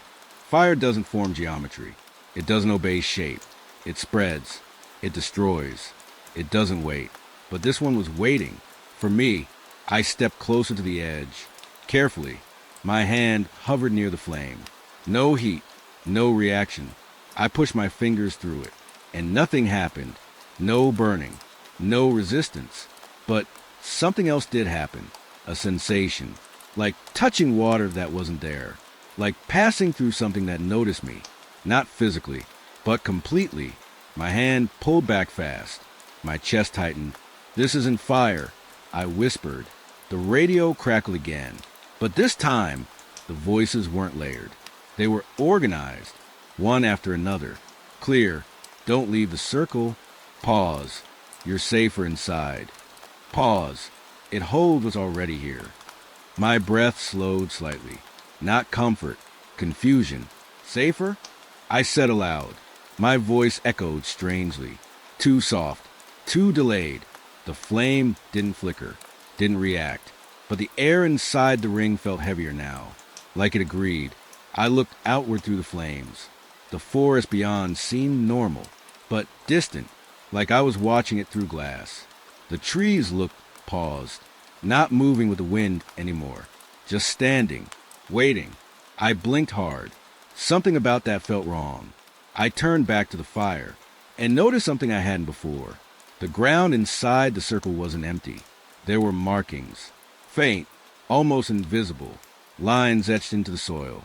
Same height, same pattern style as the carvings in the forest. My stomach dropped. "No," I whispered. I knelt down slowly, ran my fingers over ground. The lines were shallow, but real, not burned, not cut, pressed, like something had been held in place for a very long time. The radio hissed softly. Then it didn't start outside. My voice again, but weaker, more distant. "What didn't?" I asked. No answer, just static stretching for a moment too long. Then the fire line. I froze, slowly looked up. The flame ring didn't feel like it was surrounding me anymore. It felt like it had always been here, like I had stepped into something that existed long before I arrived, and I was just the last thing to notice. A sudden shift in light made me turn, when the flames dimmed slightly, just for a second, then returned to perfect stillness. But I caught it, a change, a response. I stepped closer to it, slowly. The flame didn't move, but the moment I neared it, the ground beneath my feet felt different. Not warm, not hot, recognized, like it knew weight, like it adjusted to presence. I stopped. "What are you?" I whispered. The flame didn't answer, but something inside it did. A shape, again, just like before, not visible fully, not stable, but there, standing inside the light, facing me, closer now. The radio clicked violently. Static surged. Then multiple voices broke through at once. "Don't look at the center. It's not burning anything. It's holding it together." I backed away. "Hold what together?" I said quickly. My voice cracked slightly. No response. Only that same steady hum. Louder now. Deeper. Like the forest itself was joining the frequency. The ground beneath me shifted slightly. Not movement. Pressure. I looked down. The markings in the soil were brighter now. More defined. Like they were reacting. Slowly becoming visible. Not being revealed. Being activated. I stepped back instinctively. And as I did, the flame behind me dimmed again. This time longer. Then returned. But something changed. The shape inside it was clearer. More defined. And it felt closer. My breathing got shallow. I turned in a slow circle. Inside the fire line. Trying to understand what I was standing in. It wasn't a trap. Not exactly. Because nothing was trying to stop me from leaving. The flames didn't close. The air didn't tighten. There was no force. Only structure. Only presence. Only certainty. And that was worse. The radio whispered again. This time softer. Almost careful. "You were never outside it." My throat tightened. What does that mean? I asked. No reply. Just silence. Then a slow realization hit me. Cold. Heavy. The carvings. The fire. The voices. The patterns. They weren't separate events. They were the same thing. Different stages. Different forms. All pointing inward. Always inward. Toward this. Toward where I was standing now. The flame closest to me shifted slightly. Not physically, but visually, like it sharpened, focused, and I felt it, that same sensation again. Not heat, recognition, like something inside the fire had finally confirmed something. My place, my position, my role. No! I whispered, stepping back again. But the circle didn't care. It didn't tighten. It didn't expand. It simply remained. Perfect. Waiting. The radio burst one final time. And this time, it wasn't voices. It was just one. Mine. Clear. Direct. Close. Don't step out. I froze. The words weren't spoken to me. They were spoken through me, like I was remembering them. Before I even made the decision, I shook my head. That's not real, I said. But my voice didn't sound convinced anymore. The shape inside the fire line moved slightly. Not toward me, not away, just adjusting, like it was settling into position. And suddenly I understood something I didn't want to understand. The fire wasn't burning the forest. It wasn't destroying anything. It was isolating it, preserving it, holding it in place so nothing else could interfere, like a boundary that didn't keep things out, but kept something in. And I was now inside the part it was protecting. The radio went silent. Completely. No static. No whispers. Just nothing. That silence hit harder than anything before it, because it meant whatever was speaking no longer needed it. I stood there in the center of the fire line. Still no heat. Still no smoke. Still no escape. Only the feeling that the forest beyond the flames was no longer separate from me. And whatever the fire was holding together, it had finally finished noticing me. The flame in front of me brightened just slightly, not like fire, like an eye opening. And for the first time, it felt like I wasn't watching it anymore. It was watching back, and it already knew I wouldn't leave. It always starts at 12:03, not 12 o'clock, not 12:01, exactly 12:03. That's the first thing I noticed. And once you notice something like that, you can't unnotice it. I was alone in Tower 6 that night. Same as always. Just me, the radio, and the forest stretching out like a black ocean with no end. Everything felt normal at first. Too normal. The kind of quiet that makes you trust it. That's usually when things go wrong out here. The clock hit 12:02. I remember looking at it, without thinking much. My boots were on the table. Coffee half cold. Radio humming softly with routine static. Nothing unusual. No alerts. No weather warnings. No movement in the forest. Just silence. The kind that feels like it's listening back. Then 12:03 hit, and the radio changed. Not loudly. Not sharply. Just wrong.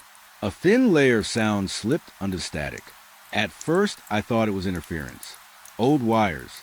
Weather noise. Something simple. But then I heard it. A voice. It wasn't clear. Not at first. It came in pieces. Still there. You hear it too? Don't answer? I froze. My hand stayed near the radio dial. But I didn't touch it, because I knew if I moved too fast, it would disappear. Control? I said quietly. Only static answered. But the whispering didn't stop. I leaned closer. The voice wasn't coming through like normal radio chatter. It felt layered, like it was bleeding through something else. Something underneath the channel. A second conversation hiding behind the first. Then I heard my name, or something close to it. Ranger? I sat up straight. That shouldn't happen. Not on this frequency. Not at all. I switched channels. Fast. Emergency line. Backup line. Weather relay. Nothing changed. The whisper followed me, like it was attached to the system, not the channel. That's when the first cold thought hit me. What if it wasn't the radio? What if it was something using it? I stood up, walked to the window. Outside, the forest was still. No wind. No movement. Even the trees looked too still, like they were holding their breath. I pressed my forehead to the glass, and for a moment, I thought I saw something between the trees. A flicker, like a light trying not to be seen. The radio crackled again, this time louder. "Don't look outside." My stomach tightened. That wasn't just a voice anymore. That felt like instruction, like something reacting to me. I turned slowly back to radio. "Who is this?" I asked. Silence. Then, "You already know." My throat went dry. "No, I didn't. I shouldn't." I checked the logs. Emergency system history. Clean. No transmissions. No recorded signals. Nothing that matched what I was hearing. But I was still hearing it. Still hearing them. And they were getting clearer. Tower 6 is awake. He's listening. Don't let him answer fully. My grip tightened on the desk. My pulse started climbing. This wasn't random noise. It was structured, like multiple voices speaking over each other on purpose, like they were building something, through sound, through repetition, through me listening. I hit the radio cutoff switch. Full silence. For a moment, it worked. The whispering stopped. The forest outside stayed still. I let out a breath I didn't realize I was holding. Maybe it was just interference. Maybe I was just tired. Maybe the radio turned itself back on. No switch sound. No flicker. Just power. Back, like it never left. And the whisper came back instantly. Closer. Louder. More focused. "You can't turn it off." My chest tightened. I stepped back. "No," I said under my breath. "That shouldn't be possible." I physically turned it off. I pulled power. I checked the line. Still off, but the voice didn't care. It was still there. I grabbed the flashlight, went to the radio box itself, opened it. Everything looked fine. Wires intact. No faults. No signal feed. No external line active. But inside the static on the speaker, the whisper continued, like the sound wasn't coming from the device, but through it. Then something changed. A new voice came through. Different tone. Closer. Calmer. "Don't fight it." I froze, because I recognized it. My own voice. Not recorded. Not delayed. Just identical. Whispering through the static, like it had always been there. I stepped back slowly. "No," I said again, but this time it didn't sound confident. The forest outside shifted slightly. Not movement. Change in perception. The darkness felt deeper. Heavier, like the night had thickened. I turned back to the window, and that's when I noticed it. A light, deep in the trees. Still flickering. Still watching. Always at the same distance. Never closer. Never farther. Just present. The radio clicked sharply. Then the voices spoke in unison for the first time. "He sees it." My throat tightened. "Sees what?" I whispered. No answer. Just breathing. Not mine. Not human. Slow. Measured. Coming through the speaker. I backed away from the desk. The room felt smaller now. Like the walls had shifted slightly inward. The whispering returned. Softer this time. Almost gentle. "You started listening at 12:03. I shook my head. "No," I said quietly. I didn't start anything. But even as I said it, I wasn't sure anymore. The radio static softened, and something strange happened. For a moment, it almost sounded like music. Low, distant, rhythmic, like a signal trying to pretend it was something normal. Then it broke apart again, back into voices. "He remembers us now." "Good." He opened the channel. My breath hitched. Open the channel? I didn't open anything. I just listened. The light outside the forest flickered again, closer this time. Or maybe I was just noticing it better. I couldn't tell anymore. The boundaries felt wrong, like distance didn't behave properly tonight. I pressed my hand against the glass. Cold, too cold. The radio suddenly went silent. Completely. No static. No voices. Nothing. That silence hit harder than anything else.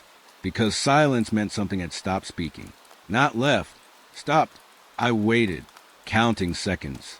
1, 2, 3. Then it came back. But not from the radio. From the room. Soft, right behind me. Don't turn around yet. My body went rigid. Slowly, I turned my head just slightly. Not fully, not yet, and in the reflection of the dark window, I saw the radio light still on, even though I had turned it off, even though I had unplugged it, and the speaker was not empty anymore. Something was inside the sound, waiting for me to finish looking. The first time they said a place name, I almost dropped the radio, because that place had been gone for years, removed from the maps, wiped off patrol routes, officially never operational. But the voice still said it like it was real, like it was still there. It started right after midnight again, 12:03 on the clock. Same timing as before, same pressure in the air. I was already waiting for it this time. I didn't even realize I was waiting until it arrived. The radio cracked softly, and the whisper returned. But it wasn't just whispering anymore. It was speaking. Please, can anyone hear me? I froze. That wasn't the usual static layered noise. That was clear enough to feel human. I leaned closer. Control? I said quickly. Repeat last transmission. Silence answered. Then the voice came again. We're still in Sector Blackwater. Please send help. My stomach tightened. Blackwater. That name shouldn't exist. Not anymore. I turned sharply to the station logs. My hands were already moving before my mind fully caught up. Sector Blackwater had been decommissioned 5 years ago. Flood damage. Collapsed access routes. Official closure. No active patrol zones. No emergency channels. Nothing. And yet, someone was calling from inside it. The radio cracked again. This time more voices joined. Overlapping. Layered. Panicked. He's not responding. The trees are wrong here. Don't follow the trail. Then static swallowed them halfway. I grabbed the mic. Repeat your location, I said quickly. State again. A pause. Too long. Then, you're the ranger on Tower 6? My blood ran cold. They knew where I was. I looked out the window again.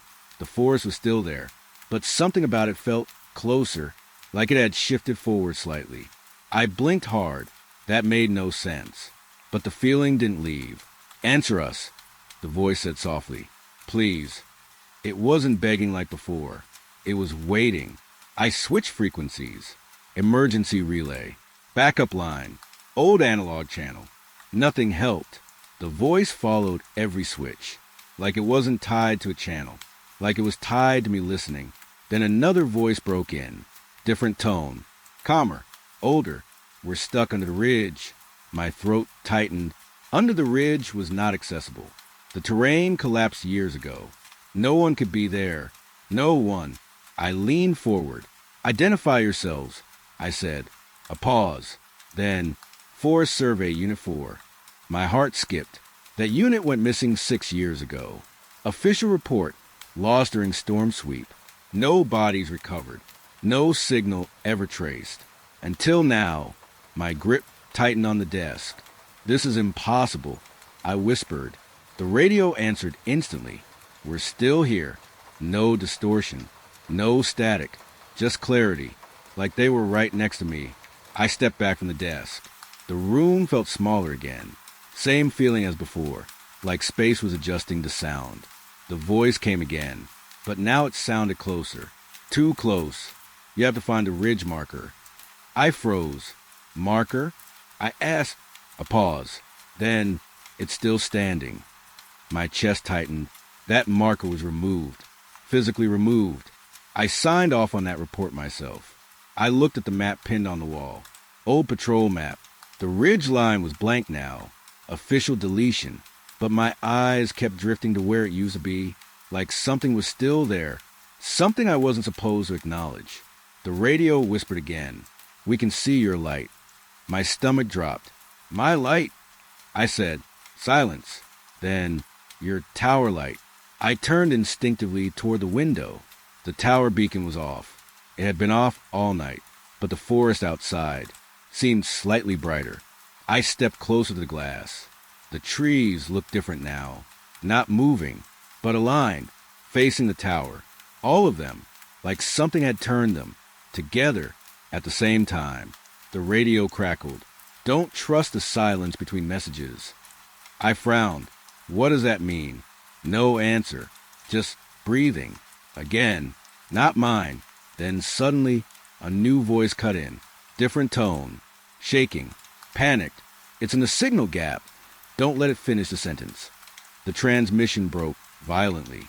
Static exploded for a second. Then silence. Heavy. Thick. I stepped back. What's in the gap? I asked out loud. No reply, but the silence felt aware. The radio turned itself slightly. Not physically, but the sound shifted, like it was repositioning. Then the voices returned. Soft. Careful. When no one is speaking, it listens. I swallowed hard. That doesn't make sense, I said. But even as I said it, I remembered the timing. 12:03. Always the gap before it started. The silence before the voices arrived. My mind raced. I tried to break it down logically. Interference. Old relay loops. Atmospheric bounce. But none of it explained names. Locations. Missing units speaking through dead channels. None of it explained awareness. The radio crackled again. You're thinking too loud. I froze. Excuse me? The voice softened. It hears thought through pattern recognition. My breath slowed.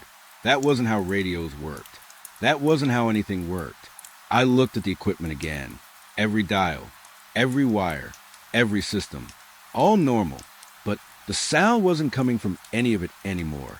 It was coming through it, like the station was just a mouthpiece, not the source. The radio spoke again.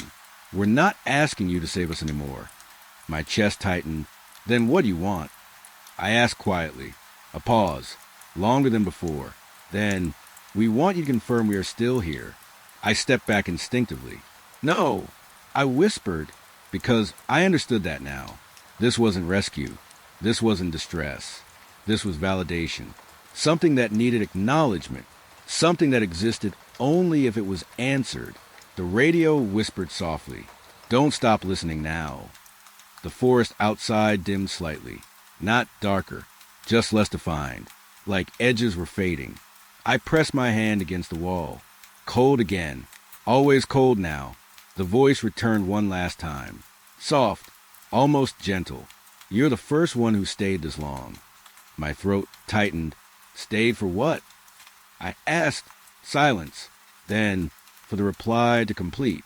The radio went quiet again. But this time, it didn't feel like silence. It felt like waiting. And I realized something I didn't want to realize. Every time I responded, something on the other side became more complete, more aware, more real. And now, it had almost finished learning how to speak through me, without the radio at all. The last thing I heard wasn't through the speaker. It was behind me, soft, patient. Don't turn off the lights yet. And I wasn't sure anymore which lights they meant. The coordinates shouldn't have existed anymore. That was the first lie the system told me, because when I typed them in, they came back instantly, like they had been waiting. It started after the last transmission, that same quiet voice, that same request for confirmation. Don't turn off the lights yet. I didn't sleep after that. I just sat there, watching the radio, waiting for it to decide what it wanted next. And at 3:11 it answered, not with sound, with data. The emergency log pinged itself open. No input from me, no command, just activity. Old files started populating the screen one by one. Files I had never seen before, but somehow recognized. Coordinates, ranger stations, decommissioned zones, all marked inactive years ago, and all now marked again as active. I leaned closer. My hand hovered over the keyboard. System error, I whispered. But nothing about it felt like an error. It felt intentional, like something was restoring what had been erased. One file opened by itself. S-17 Ridge Station. Close, 2012. Status, unknown. Last transmission, never recovered. But now, new timestamp appeared. 12:03 a.m. Every night. My throat went dry. That's not possible, I said out loud, but the system didn't care. Another file opened. Tower 9B. Abandoned. Removed from grid after collapse. Status now. Online. I stood up so fast my chair hit the wall behind me. No, I muttered. No, no, no. But the screen kept updating, like it was breathing. The radio on the desk crackled softly. I didn't even touch it this time. The voice came through immediately. Calm, patient. You're looking at us now. I froze. What is this? I asked. No answer. Just that same soften behind the words. Like the system itself was listening through me. I grabbed the map. Old physical grid chart. Tried to match coordinates. But something was wrong. The stations didn't line up anymore. They were shifting. Not physically. Logically. Like the map was updating itself in real time. I pressed my fingers hard against the paper. This is archived data. I said, it shouldn't change. The radio answered softly. It was never archived. My stomach tightened. I opened the next file. Sector Pine 9. That name again. The one with the markings. The one that shouldn't exist. Coordinates loaded instantly, but something else appeared too. A secondary signal path. Running from Pine 9 into multiple stations. Like roots spreading outward. Connecting everything. I zoomed in. My hands were shaking now. This is a network. I whispered. The radio responded immediately. It always was. I stepped back from the desk. The chair creaked behind me. The room felt smaller again, like it was compressing around the screen. I turned toward the window. The forest outside looked wrong now. Not darker. More organized. Trees aligning in subtle patterns, like they were part of the same system. Another file opened. Ranger Station L4. Decommissioned after structural failure, but now marked. Transmitting. I clicked it without thinking. Instant regret. Because audio started playing. Not static. Not noise. Breathing. And then, we're still here inside the ridge. My blood ran cold. That voice again. But clearer now. Less broken. More present. I slammed the file closed. Stop, I said sharply. The system paused. For a second, just one. Then everything opened at once. Multiple stations. Dozens. Maybe more. All active. All transmitting. All speaking at the same time. The room filled with overlapping voices. Not through speakers. Through the air itself. Don't let it finish mapping. He's connecting the nodes. It learns faster when traced. I backed away from the desk. My breath uneven now. This isn't communication. I whispered. It's reconstruction. And the moment I said it, the voices stopped. Dead silence. Too sudden. Too clean. Then the screen changed again. A single line appeared. No file name. No system label. Just final node identified. My hands froze. I didn't touch anything. But the cursor moved anyway. Typing itself. Slowly. Deliberately. It displayed my station. Tower 6. My coordinates. My location. My name. I stepped back. No, I said. No, that's not. The radio interrupted me. Soft. Right behind my voice. You are the last connection point. My chest tightened. What does that mean? I asked. A pause. Then, everything else was memory. The implication hit slowly, like pressure instead of impact. The stations, the voices, the coordinates, not separate places, not real-time distress, just remembered signals, stored patterns, replayed fragments, all routed through something that shouldn't still be running, something that had no reason to still exist, except now it did, because I was listening. The screen flickered. A map formed, not geographic, not physical, a web, lines connecting every station, every coordinate, every voice, all leading inward, toward one point, my tower. I stepped back hard. The chair fell again, but I didn't hear it, because the radio spoke louder now. Calmer, closer. You are the active endpoint. I shook my head. This is just corrupted data, I said, but my voice didn't sound convincing anymore. The system responded instantly. Corruption implies error. Pause. This is continuation. My throat tightened. Continuation of what? The lights in the room flickered once, then stabilized. But something had changed. The hum of the equipment wasn't electrical anymore.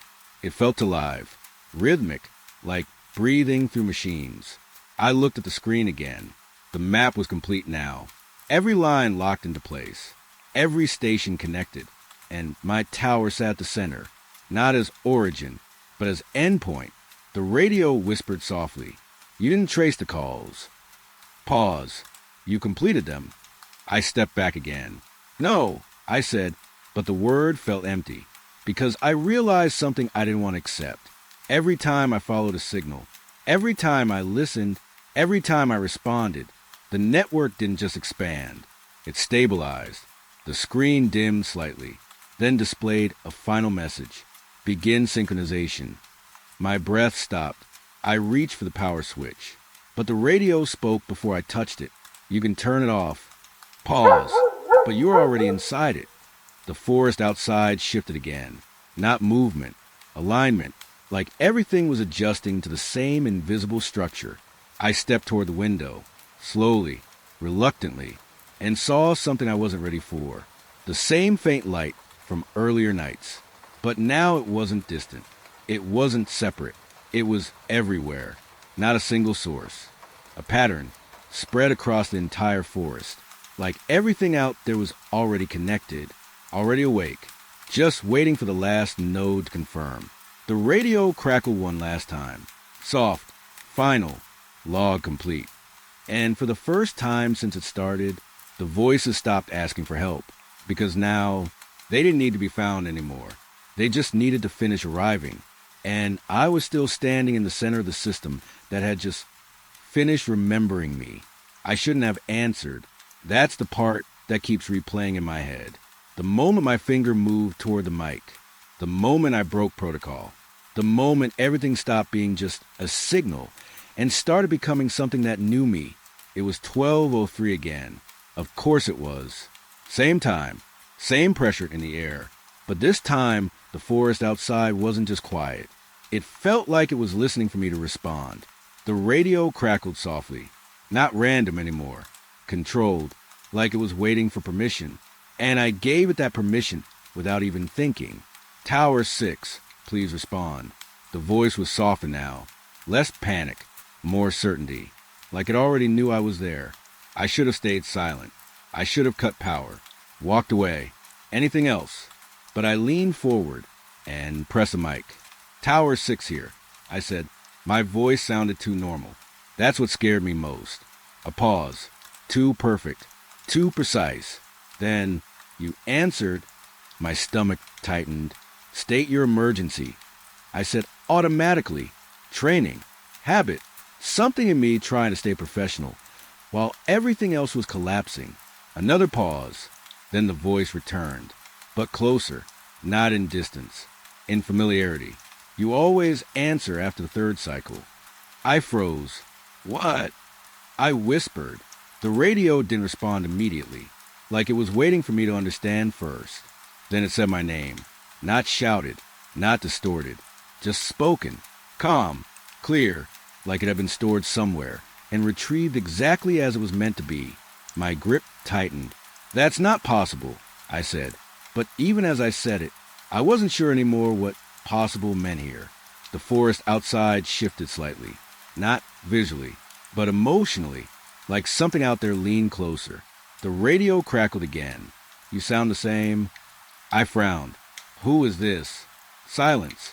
Then, we used to hear you first. My breath caught. That didn't make sense. I never worked that sector. Never transmitted into those old lines. At least, I don't remember doing it.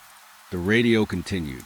Slow, careful, like it was reconstructing memory as it spoke. You logged coordinates. Pause. You marked the stations. My chest tightened. I never did that. I said quickly, but the words came out weaker than I wanted. Another pause. Then, you forgot after the last cycle. I stepped back from the desk. The chair scraped loudly behind me. Too loud. The room felt smaller again. Same as before. Same compression. Like space reacted when the conversation got too close to truth. I turned toward the window. The forest wasn't just dark anymore. It looked structured, like lines inside it were aligning again, responding. The radio spoke again, but this time there was hesitation, almost emotion. We didn't mean to wake you fully this time. My throat went dry. Wake me? I repeated. A pause. Then, you were already here. I shook my head. No, I've been stationed here for weeks. That's it. But even as I said it, something in me hesitated, like I was quoting a version of myself I didn't fully trust. The radio suddenly changed tone, slightly louder, more direct. Tower 6 is not an origin point. Pause. It is a return point. I frowned. Return point for what? Silence. Longer this time. Too long. Then, for everything that finishes its loop. My skin went cold. Loop. That word hit differently. Like it had weight I wasn't aware of before now. I looked at the logs on the screen. Old transmissions. Old coordinates. All still active. But now something else had changed. A new tag appeared beside them. Return signals. My breath slowed. Returned. Not sent. Not received. Returned. Like they had gone somewhere and come back wrong. The radio crackled softly. You helped map the return path. I stepped back. No, I said firmly, but my voice shook slightly. I don't map anything like that. The voice didn't argue. It didn't need to. It just replied calmly. You did before you stopped remembering. The lights flickered. Just once. But enough. Enough for the room to feel unstable again. Enough for the forest outside to feel closer than before. I rubbed my forehead hard, trying to ground myself, trying to separate memory from whatever this was becoming. But the radio wasn't done. Not even close. Do you want to hear your last transmission? My body froze. What last transmission? I asked. A pause. Then, the one before you were reassigned. I didn't answer. I couldn't, because I didn't remember any reassignment. I shouldn't even have a before. The radio clicked, and then my own voice filled the room. Not distorted, not layered, perfect, clear, recorded. Do not close Sector Pine 9. I stepped back instantly. That name again. Pine 9. The markings. The fire. Everything tightening around that point. My recorded voice continued. It is not contained. It is contained by us. My throat went dry. I whispered, that's not me, but it was. I could hear it, recognize it. The recording continued. If you shut down the loop, the system will reset. Pause, and you will be reassigned again. My heart hammered. Reassigned? To what? I pressed my hands against the desk. No, I said quietly. That's not real. That's not how memory works. But the radio responded instantly. You don't remember the first cycle either. A cold silence followed. Not empty. Waiting. The kind of silence that feels like it is holding its breath. I looked at the screen again. The map had changed. Not added. Not updated. Rewritten. Every station now circled one point. Tower 6. But something new appeared underneath it. A label I hadn't seen before. Anchor node. The radio softened again. Almost gentle now. We are not calling for rescue anymore. I swallowed. Then why are you calling me? A pause. Then, because you started the loop by answering. My hands tightened. I didn't start anything, I said. But even I didn't believe it fully anymore. The forest outside dimmed slightly. Not darker. More distant. Like reality was stepping back to give this conversation space. The radio continued. Every time you respond, the system rebuilds. Pause. And every time it rebuilds, you return to the same station. My breath slowed. No, I whispered, but the pattern was already forming in my mind. 1203. Always 1203. Always the call. Always the answer. The radio spoke one last time. Calm. Almost final. This is why we recognize your name. My chest tightened, because you always come back to hear it. Silence followed. Heavy. Complete. And in that silence, I realized something I didn't want to accept. The calls weren't reaching me for help. They were reaching me because I was already part of the system that made them happen. And somewhere deep inside that loop, my voice was still waiting for me to answer it again. I shut the radio off. That should have been the end. Power down. Silence. Darkness. Done. But the problem is, it wasn't. The moment the switch clicked into off, the sound didn't stop. It just moved, like it refused to stay inside the machine anymore. At first it was small, a faint crackle. Behind me, inside the walls. I froze with my hand still on the radio dial. My brain tried to explain it. Residual static. Wiring. Echo. Anything normal. Anything safe. But then I heard it again. Tower 6. Not from the speaker. From the room. I turned slowly. The tower interior looked the same. Metal walls. Old tools. Dust hanging in the air like it never settled properly. But now the silence had changed shape. It wasn't empty anymore. It felt occupied, like something had taken the idea of silence and stood inside it. You can't close the channel. The voice came from the corner. Low, calm, not loud enough to locate it first. My chest tightened. Who's there? I said. My voice sounded too sharp in the small room. Too alive.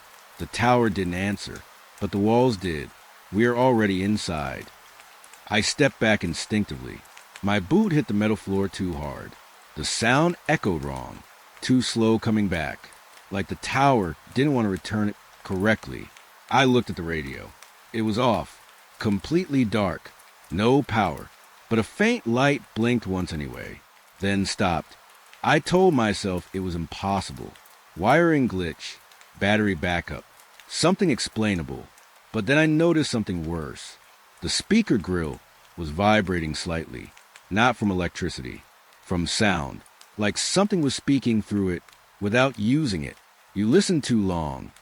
The voice again, closer now, not outside, not inside the radio, inside the room itself. I backed toward the ladder hatch. My hand hit the metal railing. Cold, too cold, like the tower temperature dropped a few degrees just for me. I climbed down one rung, then stopped, because I heard something below me, a whisper, "Don't go down." I froze mid-movement. My eyes scanned the lower level.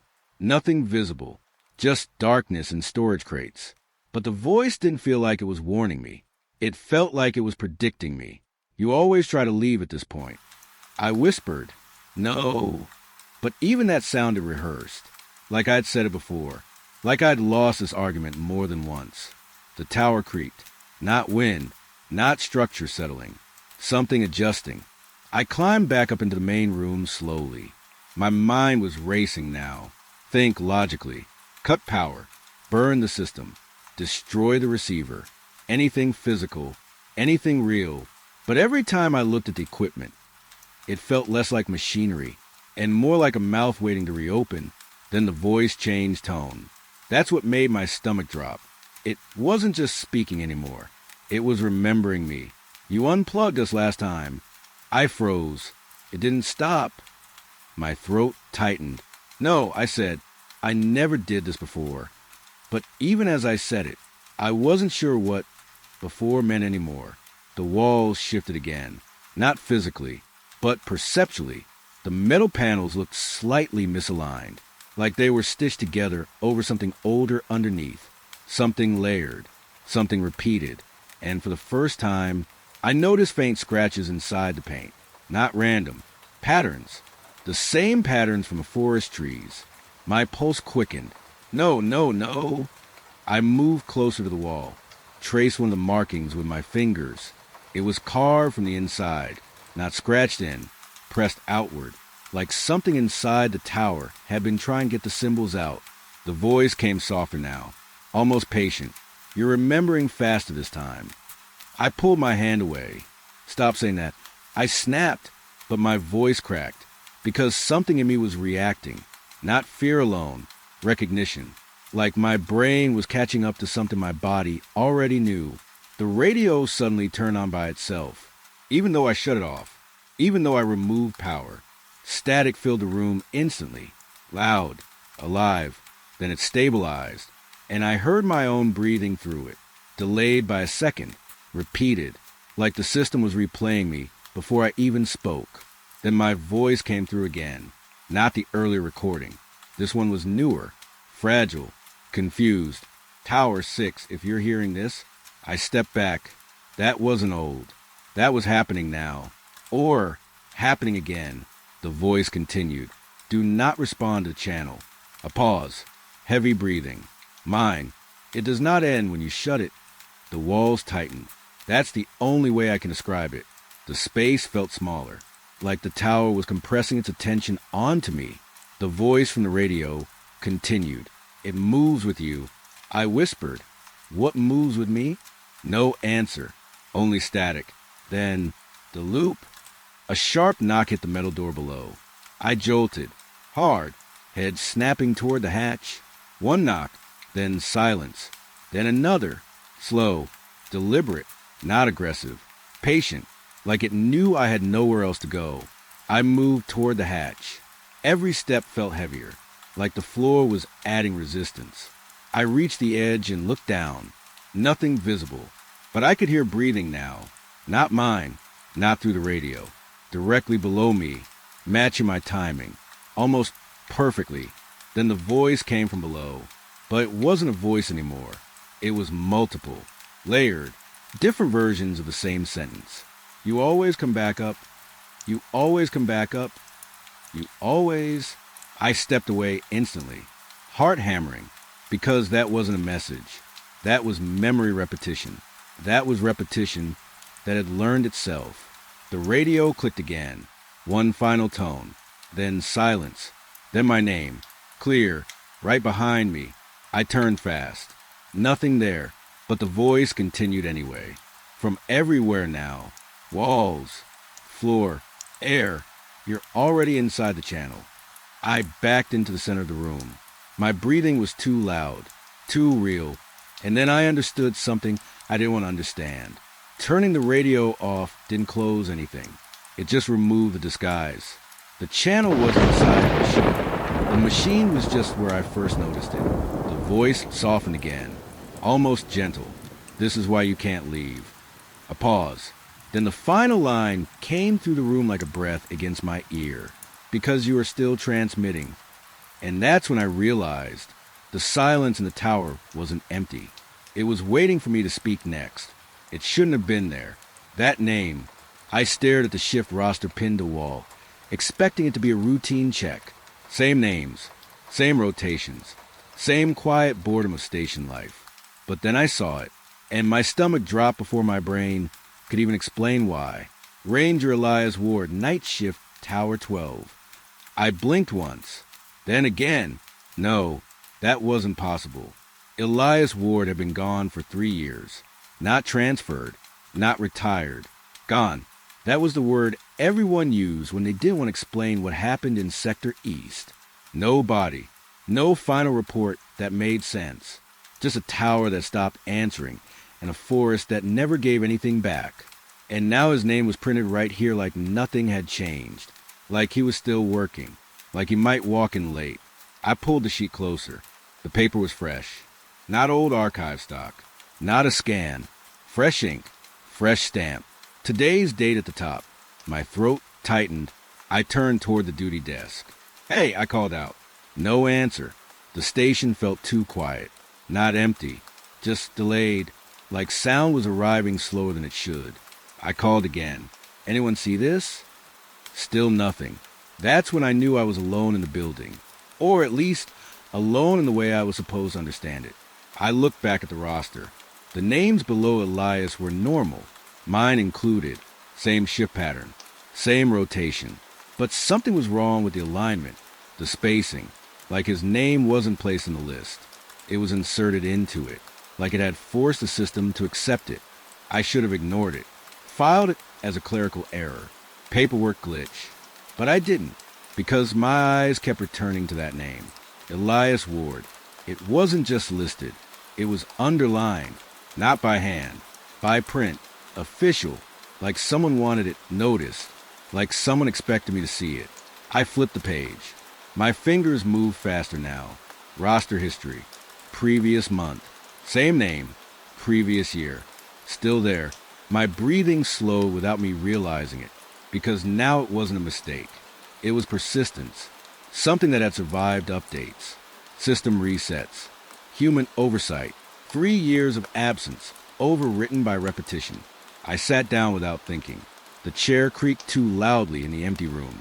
I tried to remember Elias properly, not just the incident, the person, but my memory felt unstable, like it had a file missing in the middle.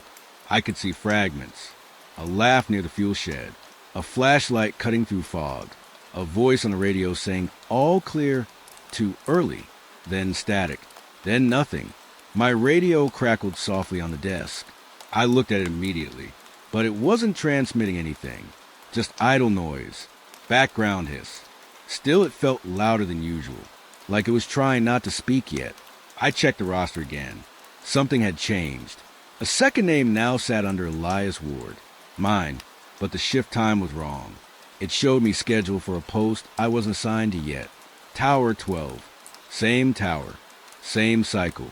My chest tightened slightly, because Tower 12 wasn't active. It was decommissioned after Elias went missing. At least, that's what I remembered. I stood up fast, grabbed the station logbook. Pages flipped too quickly under my fingers. Old entries, maintenance reports, weather logs. Then I found it. An entry written in neat, official handwriting. Dated yesterday. Tower 12 active status confirmed. Personnel rotation resumed. I stared at it for a long time. Too long, because I knew nobody had reopened Tower 12. Nobody even wanted to.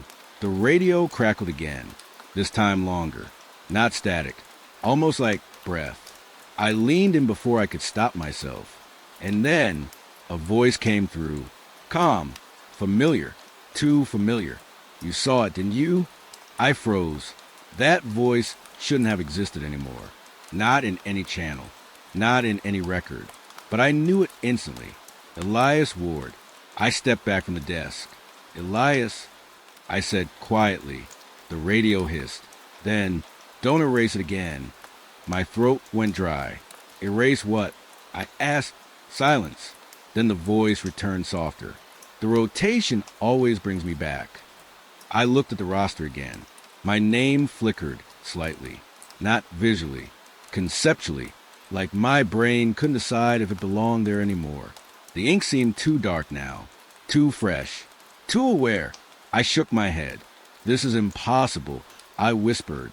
The radio responded instantly. You said that last cycle too. My heart stopped for half a beat. Last cycle. That phrase didn't belong in any official system. That wasn't protocol language. That was memory language. Something personal. Something broken. I grabbed the roster sheet, tore it from the board. It came off too easily, like it wanted to be removed. I held it up. The paper trembled slightly in my hands. And then I noticed something worse. The back side wasn't blank. There were markings, faint, like impressions pressed through layers of paper.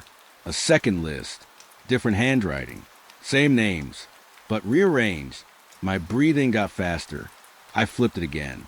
The roster was changing as I watched it, slowly, not instantly, like it was correcting itself in real time. Elias Ward moved one position up, then down, then back again, like the system couldn't decide where he belonged, or what he was allowed to become. The radio crackled again. You're remembering the wrong version, Elias said. I tightened my grip on the paper. What version? I asked. No answer. Then, the one where you didn't answer the call. My chest tightened hard, because I suddenly remembered something I didn't want to. A night shift, a missing tower, a voice asking for help, and me hesitating, just for a second too long. I stepped away from the desk. The station lights flickered once, then steadied, but the feeling didn't. The feeling of being listed, recorded, planned, not as a person, as a position in a cycle. The radio spoke again, this time almost gently. You saw my name first, and you? I didn't answer, because the truth was forming before I could deny it. Yes, I had seen it first. Not by accident, not by system error. Something had made sure I saw it. The roster in my hand suddenly felt heavier. I looked at it again. My name was no longer alone under Tower 12. A third name had appeared beneath mine. Faint, still forming, not fully printed yet, but I could read it anyway. Elias Ward. Again, returning, always returning. The radio hissed softly. It's starting again. I whispered, "What is starting?" A pause. Then Elias answered, not like a warning, like a fact. "Your rotation." I shouldn't have opened that file. That was my first mistake. The screen flickered in the control room, like it was breathing. Not broken, just unstable. Like something was pushing against a signal from the other side. The file was labeled with his name. Ranger Elias Ward. Missing. 7 years. I remember the official report. Lost during night patrol. No body recovered.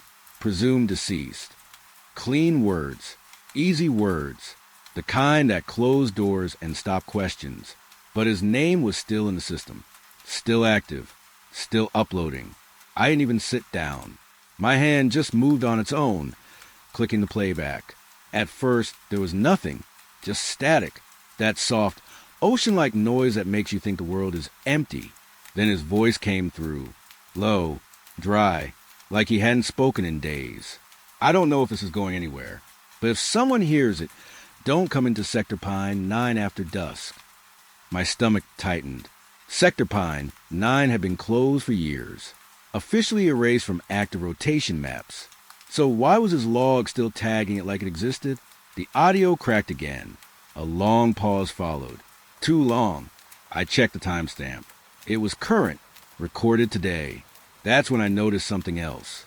The system said, "Live feed." My throat went dry. I leaned closer to the speaker. His voice returned, quieter this time. I tried to follow protocol. I really did. But the forest doesn't stay still out here. It rearranges itself when you stop looking at it. A pause. Then something shifted in the background of his recording. Not wind. Footsteps.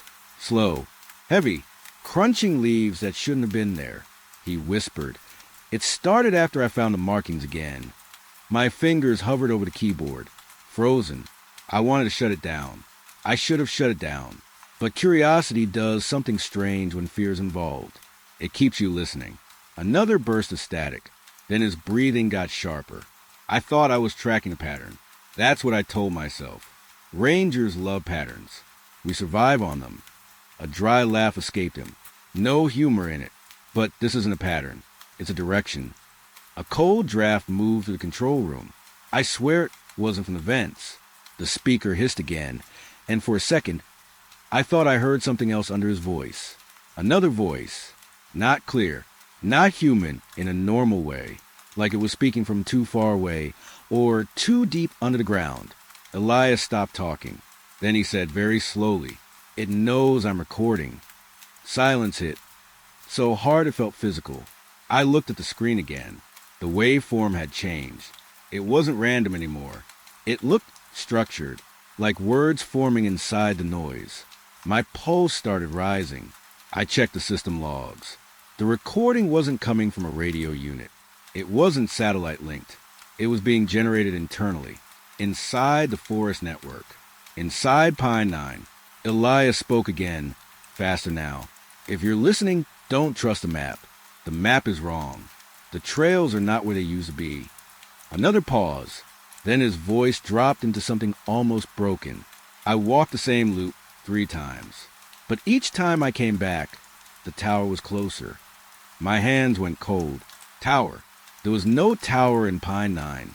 There hadn't been one for decades. It was dismantled after the wildfire season. At least, that's what the record said. But he sounded sure. Too sure. Then came the footsteps again. Closer this time. He stopped speaking mid-sentence. Breathing only. Heavy. Controlled. Like he was trying not to run. And then, a new sound. Metal scraping. Like something brushing against the side of a structure. Elias whispered, "It's here again." The audio distorted violently. For half a second, I saw something in the waveform that made my skin crawl. A spike shaped like a vertical line. Like a tower. Then his voice snapped back in, cracked and strained. I can see it now. It's not a tower. It's pretending to be one. My eyes locked on the speaker. I didn't move. I didn't blink. He continued, slower, like he was forcing himself to stay calm. It rises when you're not looking directly at it. That's the rule. Don't look straight at it for too long. A bitter laugh escaped him again. I broke that rule already. Static swallowed him for a moment. When his voice returned, it was different, lower, too controlled, like he was reading something instead of speaking it. I am entering final report log. If recovery team arrives, do not. He stopped. A long silence followed. Then he said something that made my blood go completely still. They're already inside the system. I pulled back from the console. Inside the system? That's not how field logs work. That's not how anything works. But the screen flickered again, and I saw it. New text had appeared under his file. Auto-generated response detected. Source, unknown. My mouth went dry. Elias spoke again, but now it felt like two voices overlapping. His, and something else trying to match him. I tried to burn the markers. That was the first thing I did. Fire doesn't work on them. It only wakes them up faster.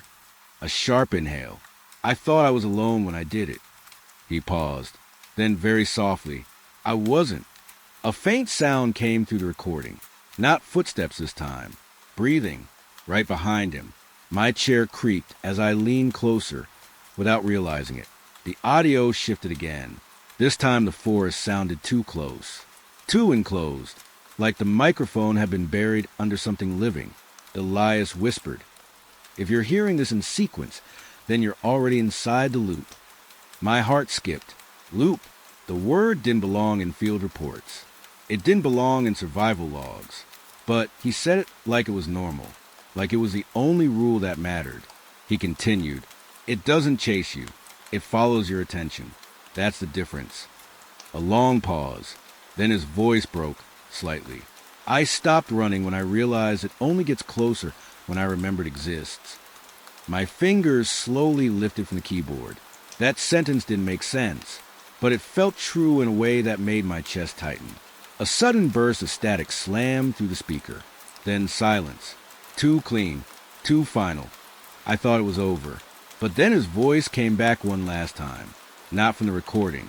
From the room. From the speaker above me. Close. Direct. Like he was standing behind my chair. And he said my name. I froze. The system wasn't connected to any external directory. It shouldn't know who I am. It shouldn't even have access to personnel data. But it said my name again. Slowly. Clearly. Then the speaker clicked softly, like someone had leaned closer to it. And Elias Ward whispered, Now you're in the report too. The control room lights flickered once. On the screen, his file updated by itself. New log entry. Active. Location. Unknown. Inside observer range. My hand finally moved, shaking, reaching for the shutdown switch. But the screen changed before I touched it. A live feed opened. Not from a camera. From the forest. Dark trees. Still air. And something standing between them that looked almost like a tower. But it wasn't made of wood or metal. It was made of absence. Like the forest forgot how to exist around it. And right before the feed cut to static, I saw something step forward from inside it. Watching. Waiting. Like it had just found the next ranger who decided to listen. I should have known something was wrong when the trail felt too easy. That's the first thing I remember. No resistance. No wind cutting through the trees. No sound of insects like there used to be. Just silence that felt arranged. Like someone prepared the forest for me. I checked my map twice before I even crossed the first marker. Same trail I've walked for years. Sector Loop 7. Nothing new. Nothing dangerous. That's what I told myself. But the deeper I went, the more the forest started feeling unfamiliar in small ways. A tree that used to be leaning left was now leaning right. A rock that marked the boundary was gone. And the path, it didn't curve the way I remembered. At first I thought it was just me, memory tricks, fatigue. But then I saw the first mismatch. A ranger signpost. Old one, wooden, faded. It said Loop 7 entry. But I was already inside Loop 7. That made no sense. I stood there for a moment, staring at it longer than I should have. My radio crackled once, then went silent again. No response from base. I told myself to keep moving. That was mistake number 2. The trail got narrower the farther I went. Not physically, but visually, like the forest was closing its attention around me. I stopped taking notes after the first hour because nothing matched the map anymore. Every turn I made should have brought me back toward the ridgeline. Instead, I started going down, even though the terrain was flat. That's when I noticed the first sound that didn't belong. Footsteps. Behind me. I stopped instantly. Silence again. I turned slowly, expecting nothing. There was nothing, but the ground behind me looked slightly pressed, like something had stood there recently. Not heavy enough to leave deep marks, just enough to make me doubt my eyes. I checked my radio. Still nothing. Static, then a soft pop. I tapped it twice. Base, this is Ranger Cade. Loop 7 check-in. Confirm status. Only static answered. I should have turned back right then, but the trail ahead, it felt wrong in a way that pulled me forward. Like I was already late for something I didn't remember agreeing to. The trees started changing shape after that. Subtle at first. Bark patterns I didn't recognize. Branches twisting upward instead of outward.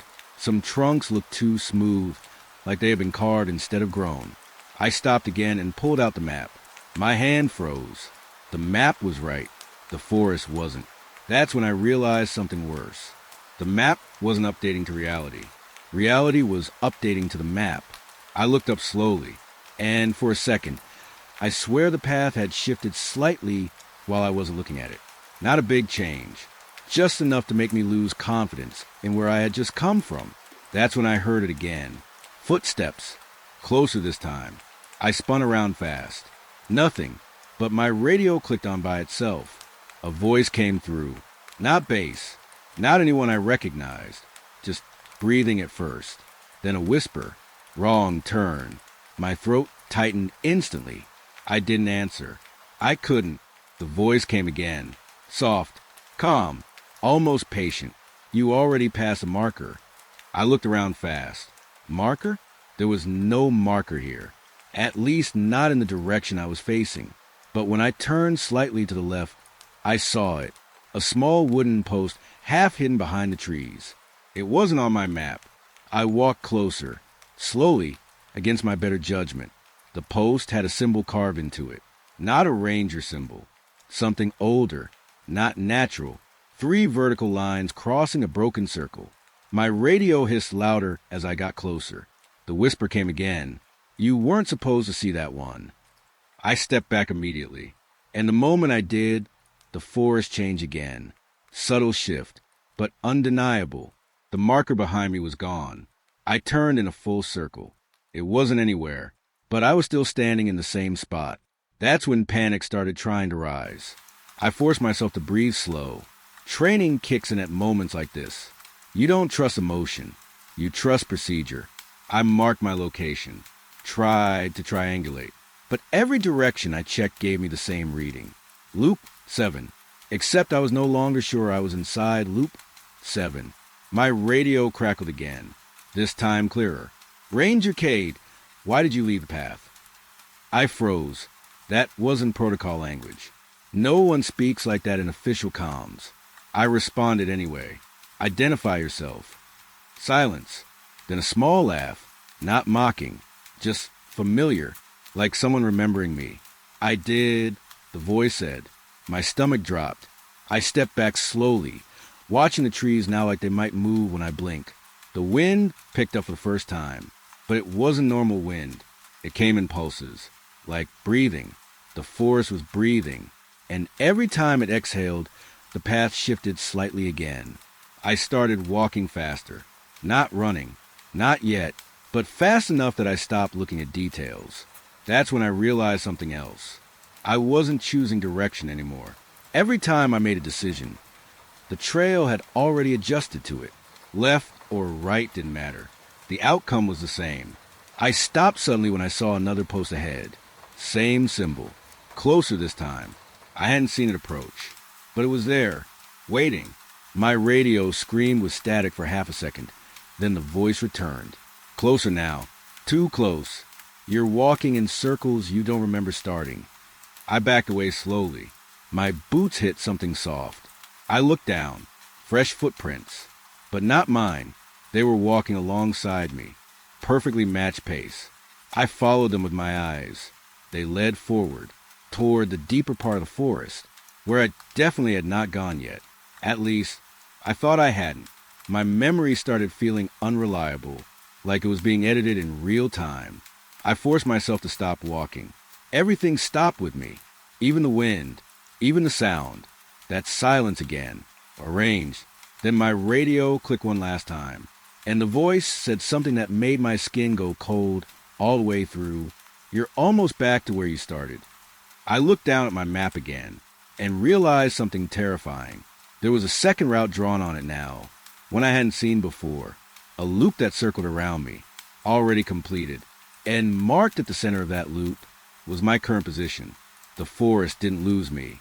It placed me. And then I heard footsteps right behind me. Not approaching. Already there. I stopped walking the moment I recognized the tree. Not because it looked special. Because I had already passed it. Twice. Same split in the bark. Same bent branch hanging low like a broken arm. Same scratch marks near the base. Shaped like someone had dragged something heavy past it. My throat tightened. I turned slowly. Behind me, the trail looked normal. Ahead of me, also normal. That was the problem. Both directions looked like forward. I checked my map again. My hand was shaking now, just slightly, enough that the paper rustled too loud in the silence. The map showed a straight trail through Sector Loop 7. No forks, no loops, no repetition. But I was standing in front of the same tree again. I stepped back, counted the steps. 20. Turned around, walked forward again. The same tree appeared, exactly at step 20. My chest felt tight, like the forest was shrinking around my breathing. I whispered, "This is not possible." No answer, just that same heavy silence pressing into my ears. I marked the tree with my knife. A deep cut across the bark. Something I couldn't miss. Then I kept walking, faster this time, eyes locked forward. I refused to look sideways.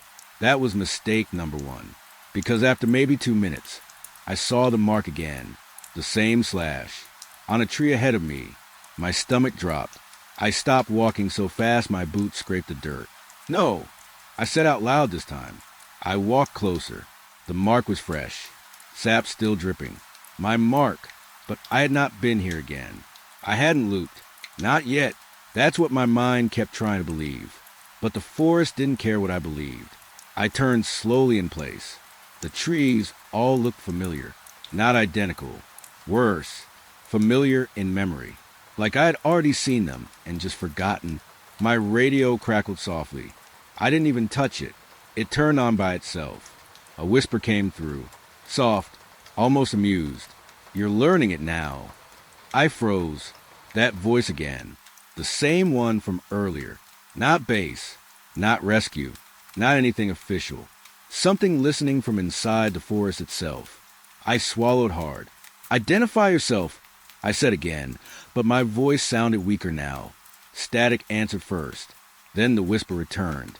"You already know me." A cold feeling crawled up my spine. I looked down at the ground. My footprints were still there, but something was wrong with them. They weren't moving forward anymore. They were overlapping, walking over the same ground again and again, like I had never left. I stepped away from them quickly, too quickly.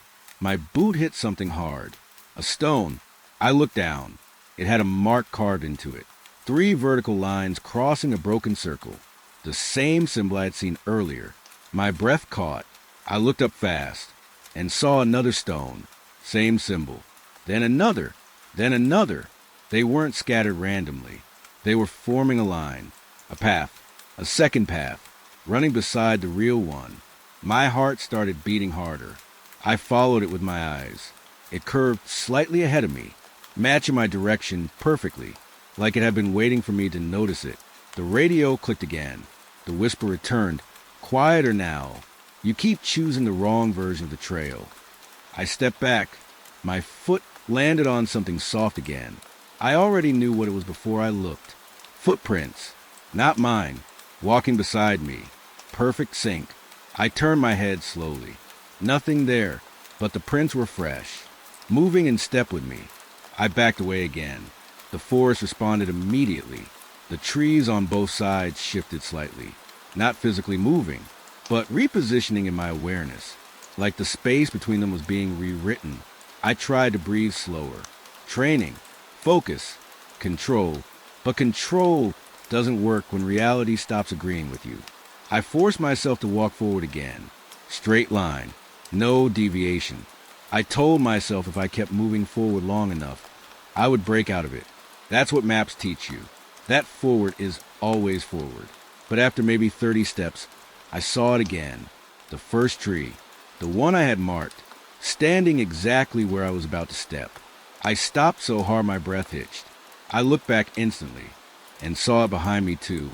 Same tree, two positions, one reality. My mind tried to reject it, but my body didn't. My body already understood something my brain refused to accept. This wasn't repetition. This was correction. The forest wasn't looping me. It was adjusting me back into place. My radio hissed louder. The whisper came again, but now it sounded closer, almost patient. "You're not lost," it said. "You're just not where you started." My hands clenched. Where am I then? I whispered without meaning to. A pause. Then the answer came. Soft, simple. Between. The word hit harder than I expected. Between what? Before I could ask, the forest changed again. The sound of insects returned for half a second, then vanished instantly, like something had turned them off. I looked around. The repetition was clearer now.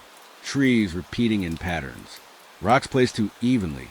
Signs appearing at equal distances. Not natural spacing. Measured spacing. I realized something I didn't want to understand. The forest wasn't random. It was structured, like a system, like a design, and I was inside one of its repeating units. My breathing got shallow. I started walking again, but slower now, careful, watching every detail, trying to catch the moment it repeated. It didn't take long. The same bent tree appeared again, this time slightly closer, like the loop had tightened. I stopped completely. The forest stopped with me. Even the wind, that silence returned. Clean, intentional. Then the whisper came again, almost gentle now. "You're close." My voice cracked slightly when I answered. "Close to what?" A pause, long enough that I thought it was gone. Then, the place you stop remembering. My stomach dropped. Before I could react, something new appeared ahead. A signpost. Old, wooden, faded, exactly like the one I had passed earlier. But this time it had a new marking carved into it. My name. I stepped back instantly. My heart slammed against my ribs. The forest around me didn't move, but it felt like it was leaning in, listening, waiting.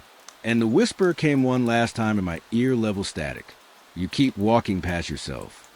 The radio cut out completely, and for the first time since entering the trail, I realized the footprints beside me were no longer matching my pace.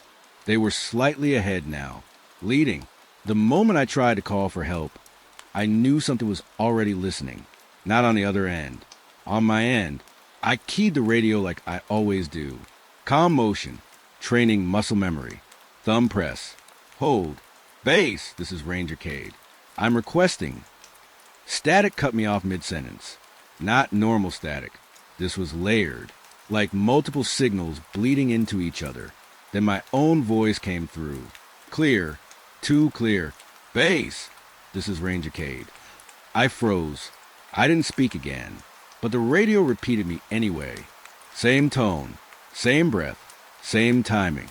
Even the slight crack in my voice from earlier. My throat went dry. I stepped off the trail.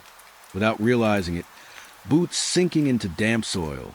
My eyes stayed locked on the radio like it was a live animal. Confirm position, my voice said from the speaker. I finally answered, slower now. This is not me transmitting. Silence followed, a long one. Then my voice again. That is incorrect. My stomach tightened. I pulled the radio away from my mouth. looked at it, like I could see the mistake inside it. Stop transmission. I said firmly, "This is Ranger Cade. Authentication override required." The radio hissed, then replied instantly, "You are already authenticated." That sentence hit wrong. Not scary at first, just final, like a door locking behind me. I tried switching channels. Nothing changed. Every frequency, I jumped to return the same thing. Me, my voice, slightly delayed, slightly wrong, always responding before I finished speaking, like it already knew what I was going to say. I stopped walking completely. The forest around me felt tighter now, not physically, attention-wise, like it was listening through every tree. I spoke again, slower. "Base, confirm emergency relay status." My voice replied immediately, "Emergency relay active." I swallowed hard. "That's impossible," I muttered. The radio answered again. "You said that yesterday." My chest tightened instantly. Yesterday. That word didn't belong here. I checked my watch. It was working, but the time felt unstable, like it had been rewritten more than once. I tried to reset the device manually. Power cycle. Standard field procedure. Off. On. Nothing changed. The loop didn't break. It just restarted faster. Now my voice wasn't waiting for me anymore. It was interrupting me. "You are in Sector Loop 7, it said. I responded immediately. "I know where I am." My voice came back softer. "No, you remember where you are." That difference mattered. Too much. I stopped responding for a moment, just listening. And in that silence, I realized something worse. The forest had stopped making sound entirely. No birds. No wind. Even my breathing felt too loud. The radio crackled again.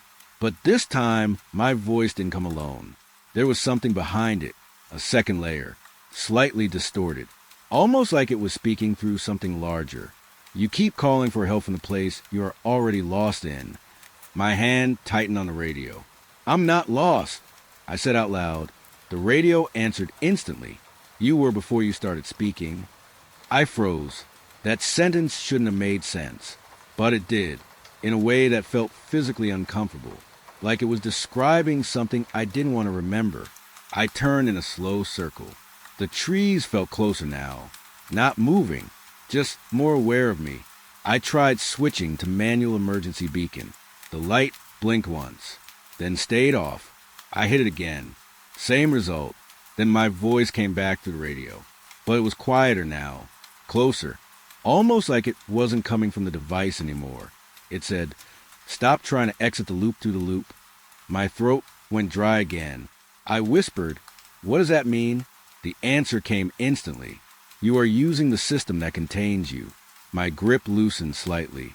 That was the first moment I felt real fear shift into understanding. Not panic, understanding. And that was worse. I looked down at the radio. It wasn't just repeating me. It was predicting me, responding before intention became action. I raised it again, slowly, and said nothing. I waited. A full 10 seconds passed. No reply. For the first time, there was silence. Real silence. Then my own voice spoke without me. "Good. You're noticing the delay." My skin went cold.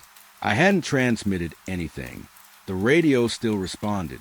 That's how you separate signal from origin. I stepped back. Hard. Boot hit a root. I nearly fell. The forest didn't react, but the radio did. My voice said, "Careful, you always fall there." I stopped breathing for a second. "Always?" I shook my head quickly. "No," I said out loud. "That's not." The radio interrupted immediately. "That's not what you remember." I felt something shift in my chest, like the ground under my thoughts wasn't stable anymore. I tried to force a new channel again. Emergency override sequence. This time, I said nothing into the mic, but the radio still responded. "You don't need to speak for it to continue." My hand started shaking slightly now, not from fear of the device, from the realization that speech was no longer required. The system was running on anticipation. I slowly lowered the radio, and for a few seconds it didn't speak. The silence returned, but it wasn't peaceful. It was waiting. Then my voice came again, softer than before. Do you remember your last checkpoint? I hesitated. Something about that question felt wrong, like it assumed I had already passed it. I answered carefully. Yes. The radio replied instantly. You did not reach it. My stomach dropped. That's impossible. I said quickly. The response came slower this time, more deliberate. You reached a version of it. I looked around again. The trees looked normal, but nothing felt anchored anymore. Even the ground felt uncertain, like I could step forward and arrive somewhere else without warning. I whispered, "What is this system?" The radio didn't answer immediately. For the first time, it paused. Then my voice came back, different now, not matching me perfectly anymore. Slightly older, slightly tired. You are inside a repeatable correction field, it said. My heart skipped. Correction of what? Silence. Then, people who leave the trail. I went still. The forest felt suddenly larger, but also closer, like it was folding in on itself. The radio crackled one last time, and my voice said something that made my chest lock completely. You are not the first version of you that asked this. I dropped the radio. It hit the ground softly. No sound echoed. That was the moment I understood the worst part. The radio wasn't failing. It wasn't malfunctioning. It was completing, and somewhere inside that silence, I realized something else was still speaking. Not through the radio anymore, but through me. I realized that the third time I passed the same broken pine tree. Not similar, not close. The same tree, same split down the middle like a wound that never healed. Same strip of bark missing near the base. Even the same bird skull stuck on a low branch like someone placed it there on purpose. My flashlight shook in my hand before I even admitted out loud. No, I already passed this. The forest didn't answer. It never does. But tonight, it felt like it was listening. I checked my map again, folded it open under the weak beam of my light. The ink lines were simple. Patrol loop, North Ridge Trail. Marker rocks every few hundred meters. I should have been near the second checkpoint by now. Instead, I was back here, at the broken pine. Again, a cold pressure built behind my eyes. That feeling when your brain tries to deny what your body already knows. I forced myself forward anyway. Rangers don't panic. That's what they teach you. Stay oriented. Trust the path. So I walked. 10 minutes later, my boots hit the same patch of wet stone. I stopped so fast my breath caught. 3 flat rocks, arranged in a half circle. I knew them.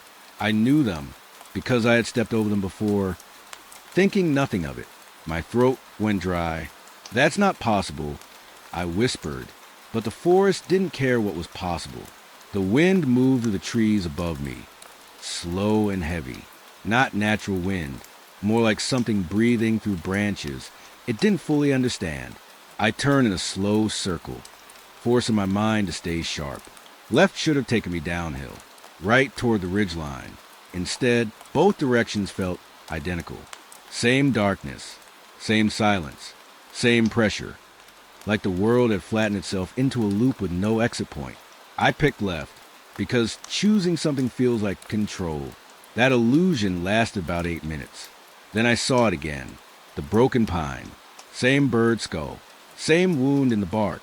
I didn't stop walking this time. I just stared at it as I passed. Like ignoring it might break whatever was happening. But it didn't break. It waited. And I came back again. Same place. Same tree. Same night. My stomach tightened. So hard it hurt. I turned off my flashlight. Instant darkness swallowed everything. I stood still, trying to hear something. Anything that proved the world was still real. There was only my breathing. And then footsteps. Not mine. I froze. They came from behind me. Slow and careful, like someone walking a trail they already knew by heart. I spun around fast and clicked my flashlight back on. Nothing, just trees. But the silence had changed. It wasn't empty anymore. It was aware. My radio crackled on my shoulder. I didn't touch it. Static came first. Then a voice. Mine. Unit 7. Report position. I stepped back so fast I almost fell. The radio repeated it again. My voice. Calm. Too calm. Unit 7. Report position. I ripped the radio off my shoulder and stared at it like it had betrayed me personally. That's not me, I said out loud, even though no one was there to argue. The radio answered anyway. That's not me. My blood went cold. I pressed the power button. Nothing changed. Still broadcasting. Still repeating. Still alive in a way it shouldn't be. And then it added something new. You already passed the pine. I couldn't breathe. My grip tightened until my knuckles hurt. No, I said. No, I didn't. But my voice sounded weak in the forest, like it didn't belong to me anymore. The radio continued. You already passed pine. And beneath it, something else slipped through. A second voice layered underneath mine. Not clear, not stable. Like someone trying to speak through wet fabric. Don't turn again. I froze, because I hadn't told anyone I was turning. I hadn't radioed that. The forest wasn't just repeating me. It was listening first, and answering second. I forced myself to walk again, faster this time, ignoring direction completely. I just moved, because standing still felt like giving the forest permission to think. My boots hit mud, then stone, then pine needles again. The same cycle, the same ground. And then I saw something that made my steps falter. A ranger tag, half buried near the base of a tree. I crouched slowly and brushed it off. My hands went numb. The name on it wasn't mine, but I knew it because I had seen it before, on the schedule board back at the station. A co-worker who disappeared 3 years ago. Missing, presumed lost, and now his tag was here. Fresh, like it had just fallen. My radio crackled again, louder this time, almost excited. He left it for you? I backed away. Who? I whispered. Who left it? The forest didn't answer, but something moved between the trees. Not a full shape, not a clear body, just a shift in darkness that made the space between trunks feel occupied. I raised my flashlight slowly. The beam cut through empty air, but the feeling didn't leave. It stayed, watching, waiting. The radio whispered again. Don't complete the loop? My chest tightened. Loop. That word hit differently now. Not a path, not a trail, a cycle. I looked down at my map again with shaking hands, and that's when I saw it. The trail line wasn't moving forward. It was drawn in a circle. A perfect loop I hadn't noticed before. My stomach dropped. I wasn't walking through the forest. I was walking inside something repeating me. A sound cracked through the trees. A branch snapping. Close. Too close. I spun around. Nothing there. But my flashlight flickered. Once. Twice. Then steadied. And in that half-second of flicker, I saw it. A figure standing farther down the trail. Still. Perfectly still. Facing me. My breath stopped completely. The shape didn't move. Didn't shift. Just waited like it had been there the entire time, even before I arrived. The radio went quiet. For the first time. That silence was worse than the voices. I swallowed hard. Identify yourself. I called out, forcing authority into my voice. No answer. Just the forest breathing again. Slow. Close. The figure tilted its head slightly. And I realized something that made my skin crawl. It wasn't approaching. It wasn't retreating. It was resetting, like it had done this before, like it would do it again. My legs moved before my mind agreed. I ran. Branches hit my shoulders. Roots caught my boots. The forest blurred into streaks of dark green and black. But no matter how fast I ran, I still recognized everything. Same broken pine. Same stone circle. Same trail bend. It was all repeating faster now, like the forest had noticed I understood and decided to speed it up. My radio suddenly came back alive mid-run. My own voice breathless now. You can't leave on the wrong iteration. I almost fell hearing that. What does that mean? I shouted into the trees. What iteration? The radio didn't answer directly. Instead, it replayed something I didn't say. A memory. My first patrol note. Same words. Same tone. Same timestamp. Except I wasn't writing it anymore. Something else was. And then the final realization hit me like cold water. I wasn't repeating the path. The path was repeating me. My breath turned shallow. The trees around me shifted again, not moving, resetting. I stopped running because my body understood before my mind did. There was no direction left, only cycles, only loops, and somewhere ahead of me, I could hear footsteps again. Slow, familiar, matching mine perfectly, like the forest was learning how I moved and planning to keep it. The first report came in just after midnight. Sector 4 flooding rising fast, but there's movement in the water. I remember pausing at the radio desk, pen frozen above the log sheet. Movement. I asked. Static answered first. Then the ranger's voice came back, tight and uneven. People standing in it, not swimming, not drowning, just standing. I looked out the tower window. Rain was hitting the glass like thrown gravel. The forest beyond was already half gone under darkness and storm. Flood alerts weren't unusual this time of year, but people standing calmly in deep water. That didn't belong in any report format I knew. Visibility confirmed? I asked. A long pause. Then, I don't think they want to be seen. That line stayed with me longer than I expected, because it didn't sound like fear. It sounded like observation, like he was watching something that wasn't supposed to notice him watching back. By 1:12 a.m., the rain got heavier. The forest trails turned into rivers. Patrol routes shut down one by one. Standard evacuation protocols were issued for lower camps, but Sector 4 didn't respond. Not refused, not delayed, just silent. And then the second call came in. Same channel, different ranger. But the voice didn't feel different. It felt continued. "They're still there," he said softly. I leaned closer to the radio. "Who is?" Another pause. Then the answer came, slow and careful. "The ones in the water." I checked the flood camera feed. It should have shown empty submerged forest. Instead, I saw shapes, standing upright in waist-deep water between drowned tree trunks, not moving, not shivering, not reacting to rain, pounding down like it wanted to erase them, just standing, like they had always been there, like water was an emergency, like it was normal. My stomach tightened. Are they evacuating? I asked automatically, even though I already knew the answer was no.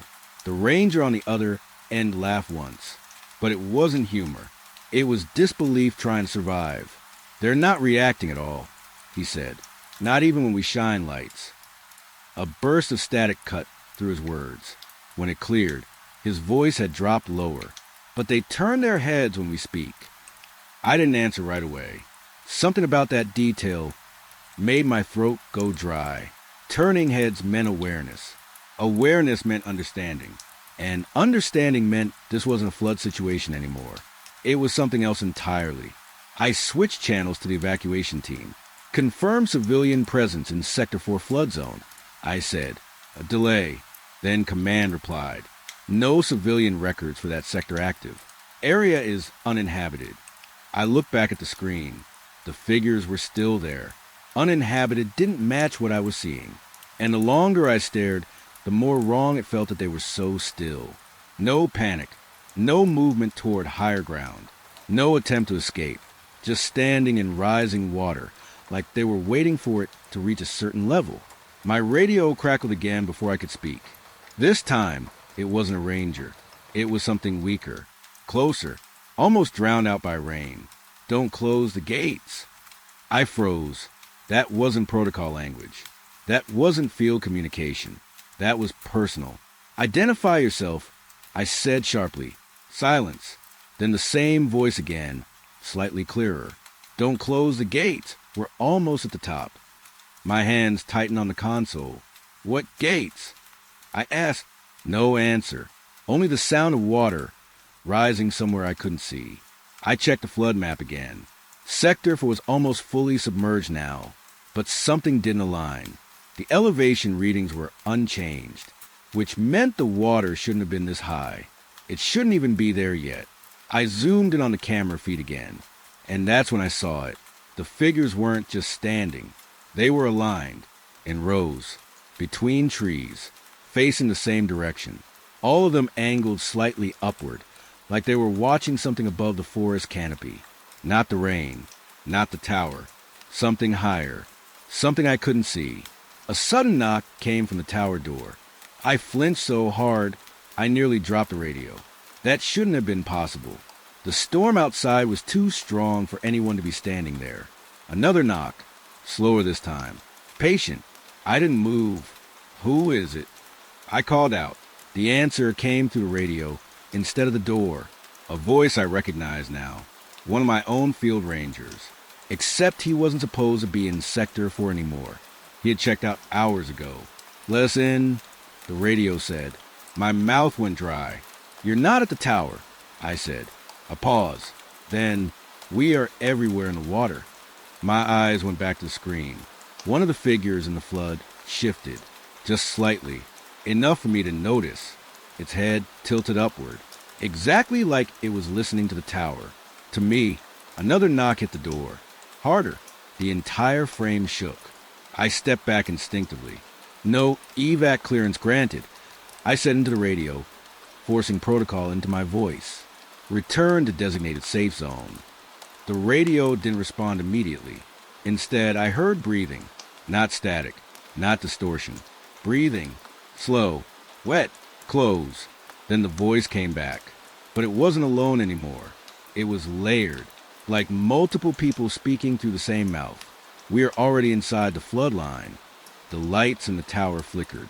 Once. Twice. Outside, the rain didn't sound like rain anymore.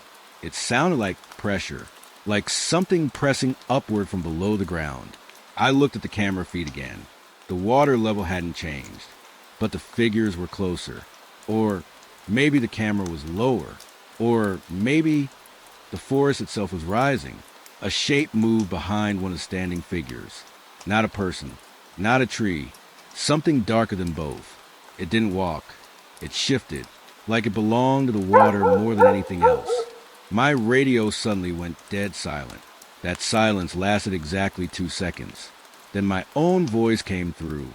Not recorded, not delayed. Immediate. Close. Do not close evacuation gates. I stepped back from the console. My heart started hammering. "That's not me," I whispered. The radio answered instantly. "It is..." Another knock hit the door. This one didn't stop. It kept going. Slow. Rhythmic. Like whoever was outside knew I would eventually respond. I turned off the external speakers. But the voices didn't stop. They didn't need the radio anymore. They were already inside the audio feed itself. Inside the tower. Inside the system. The flood map screen flickered, then changed, not updating, not glitching, changing. The forest layout rearranged itself into something circular, a basin, a closed shape, like everything was flowing toward one point, the tower, my tower. And for the first time, I understood what the ranger meant when he said they weren't drowning. They weren't trapped in water. They were becoming part of something that used water like a path. The knock stopped. Silence returned. I should have felt relief. Instead, I felt worse, because the silence meant they were no longer asking. It meant they had already decided. I looked at the camera feed one last time.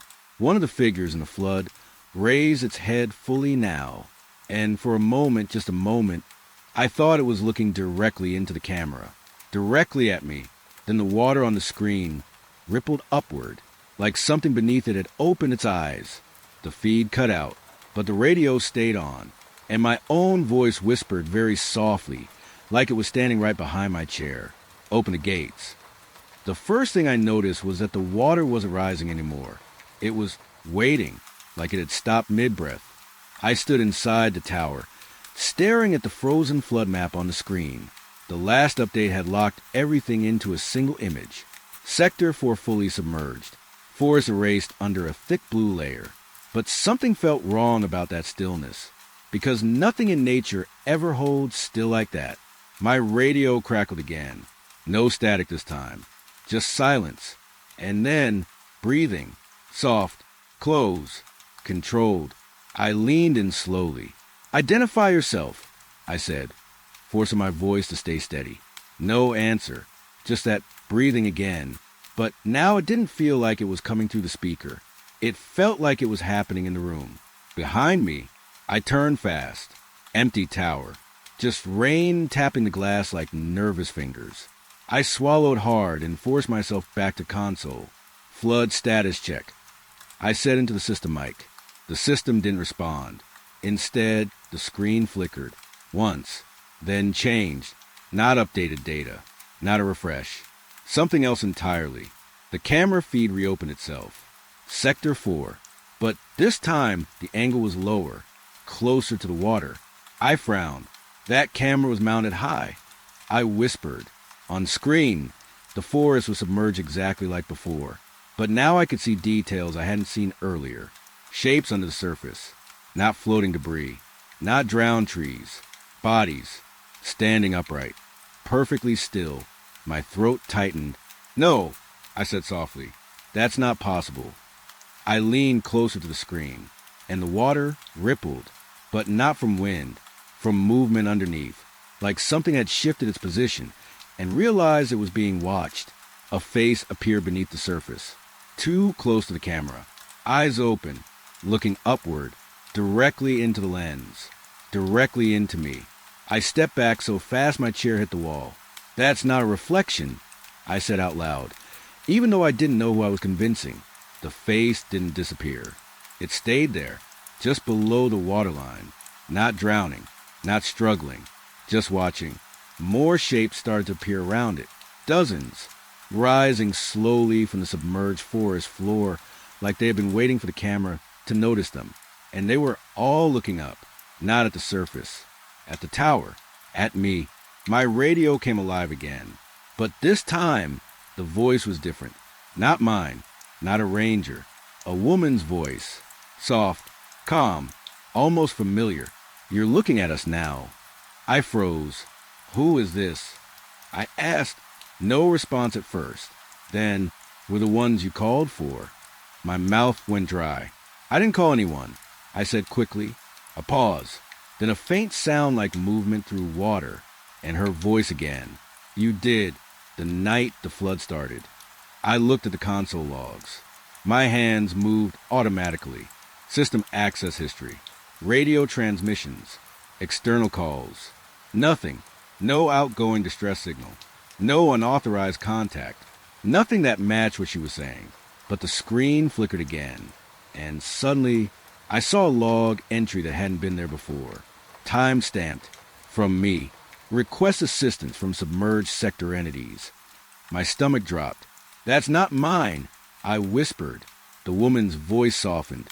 "It is," she said. "You just don't remember yet." I looked back at the camera feed. The figures under the water had moved closer, not swimming, not drifting, walking, on the forest floor beneath the flood, as if the water was just air they had learned to breathe. One of them raised its hand, slowly, pressed it against the underside of the surface, and I swear to God, the water pressed back, like it recognized them. My breathing turned shallow. "This is not real," I said. "Louder now." "This is not." The voice interrupted me gently. "You're only seeing half of it." The screen shifted again. New layer, deeper feed. Now I could see below the forest floor, below the roots, below everything I thought I understood. And there was more water, endless water, stacked like layers of memory. And inside each layer, figures, the same figures, standing, watching, waiting, as if the forest wasn't submerged in water, but built inside it. My hands started shaking. "This is impossible," I whispered again, weaker this time. The woman's voice didn't argue. "It's not impossible," she said. "It's just not your level." A sudden impact hit the tower wall. I jolted back.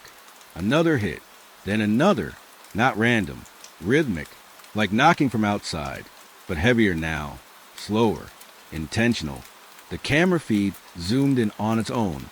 One of the submerged figures tilted its head, and in the same motion, the tower wall shook again. The sound was identical. I stepped back slowly. "No!" I whispered. "No, no, no!" The radio crackled again, but now it wasn't one voice. It was many, layered, stacked, echoing through each other, like water flowing through broken pipes. We are here. We are here. We are here. I covered my ears, but it didn't help because the sound wasn't in the radio anymore. It was in the structure of the tower, in the glass, in the metal, in the air between everything. I looked at the screen again. One of the submerged figures had moved right up to the underside of the water surface, close enough that I could see its face clearly, and I realized something that made my chest tighten painfully. It looked like me, not identical, not a copy, but aligned. Same eyes, same posture, same slow recognition, like it had been shaped from the idea of me. The woman's voice returned, softer now. Do you see it yet? My voice barely worked. See what? A pause. Then, you're not outside the water. My breath stopped. The screen flickered violently, and for a split second, I saw it. The tower, not from inside, but from below, submerged. Standing figures all around it, watching upward, at me, inside the water. I stumbled back from the console, heart pounding. That's not possible, I said again, but it didn't sound like a denial anymore. It sounded like a memory trying to resist rewriting itself. The woman's voice came closer, almost intimate now. You've been watching us from above, she said, but we've been watching you from below for a long time. The screen went dark, all at once, total blackout. The tower light stayed on for half a second longer, then flickered, then dimmed, and in that fading light, I heard water, not outside, inside the walls, slow, rising, moving through spaces it shouldn't be able to reach. The radio clicked one last time, and my own voice came through again. But this time it wasn't asking. It was remembering. You looked long enough. The glass behind me cracked, just slightly, a thin line spreading like a smile. And beneath the tower floor, something answered the water, something that had been waiting for me to finally look down instead of out. The phone rings before sunrise, always before sunrise. I know it's coming. Even before the sound hits the room, my body wakes up first, like it's already afraid. The forest outside the ranger station is still black, heavy with fog and wet trees. No birds, no wind, just that silence that feels too complete. Then the radio crackles, and the call begins. I sit up slowly, staring at the desk where the emergency handset lies. It's already lit, already active, like someone picked it up from the other side before I did. A voice comes through, breathing first, always breathing first. Then the same words. Please, I'm still here. My hand freezes halfway to the receiver, because I recognize the voice now, not by name, not exactly, but by something worse. Familiar panic, like I've heard this fear too many times in too many bodies. I lean closer to the radio. Identify yourself, I say, even though my throat is dry. Only static answers for a second. Then the voice returns, shaking harder. You're going to let me out today, right? My stomach tightens. That is not a standard distress call. That is not training language. That is not even how people talk when they're lost. That sounds like someone who believes I've done this before, like I've promised something. I glance at the logbook beside me, pages filled with timestamps. All the same time, 4:58 a.m. Every day, every single day for the last 2 weeks. And every entry signed with a question mark where the caller's name should be. I didn't fill that in. At least, I don't remember filling it in. The radio crackles again, and this time the voice is closer. Not louder, closer, like the distance between me and the speaker just got smaller, without anything physically moving. You always pick up slow. The voice says softly. My grip tightens on the desk. That's not possible. I whisper back before I can stop myself. A pause, then a small sound, almost like a laugh, but not amused, relieved. You said that last time too. My pulse jumps. Last time, I checked the clock. 4:59 a.m. 1 minute before sunrise. 1 minute before everything outside the window changes color and becomes normal again. But nothing about this feels normal. I press the transmit button. Listen carefully. I don't know who you are. Tell me your location.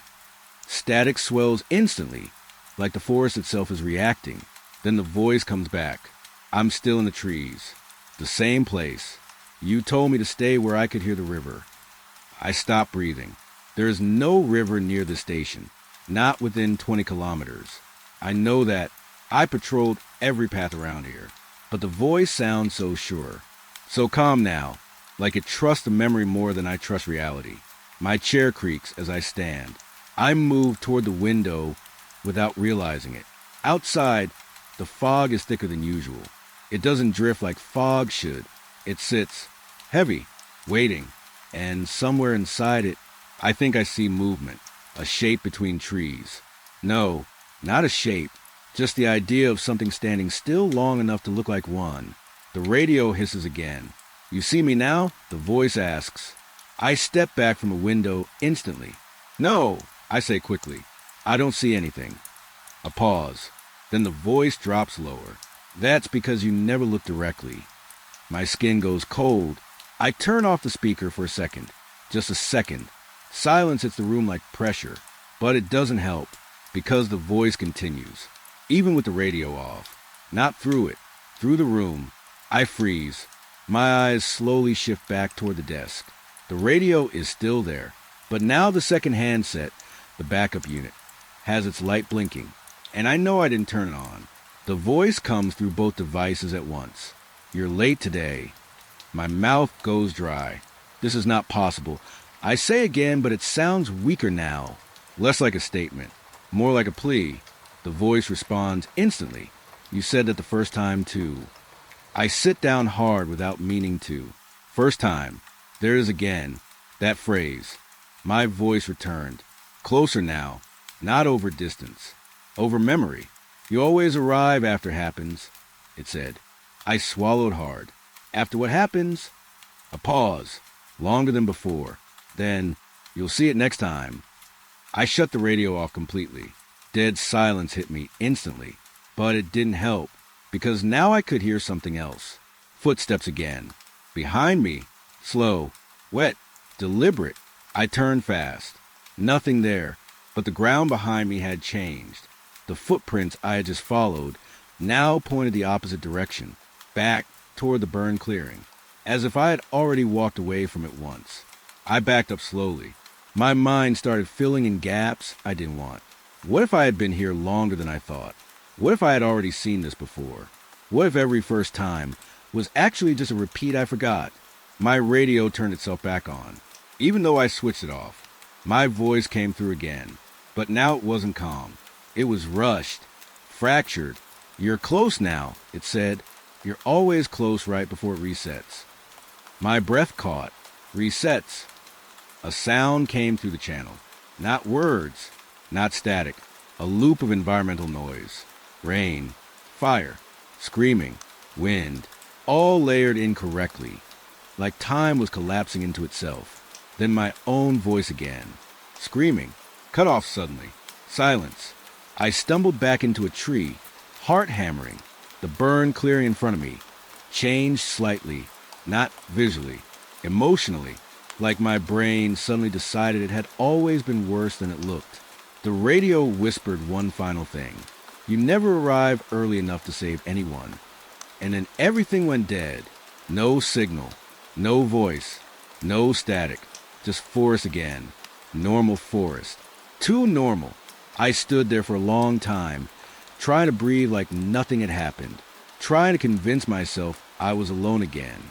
But when I finally looked down at my boots, there were fresh footprints forming around me, facing inward, like something had just arrived and had been waiting for me to notice.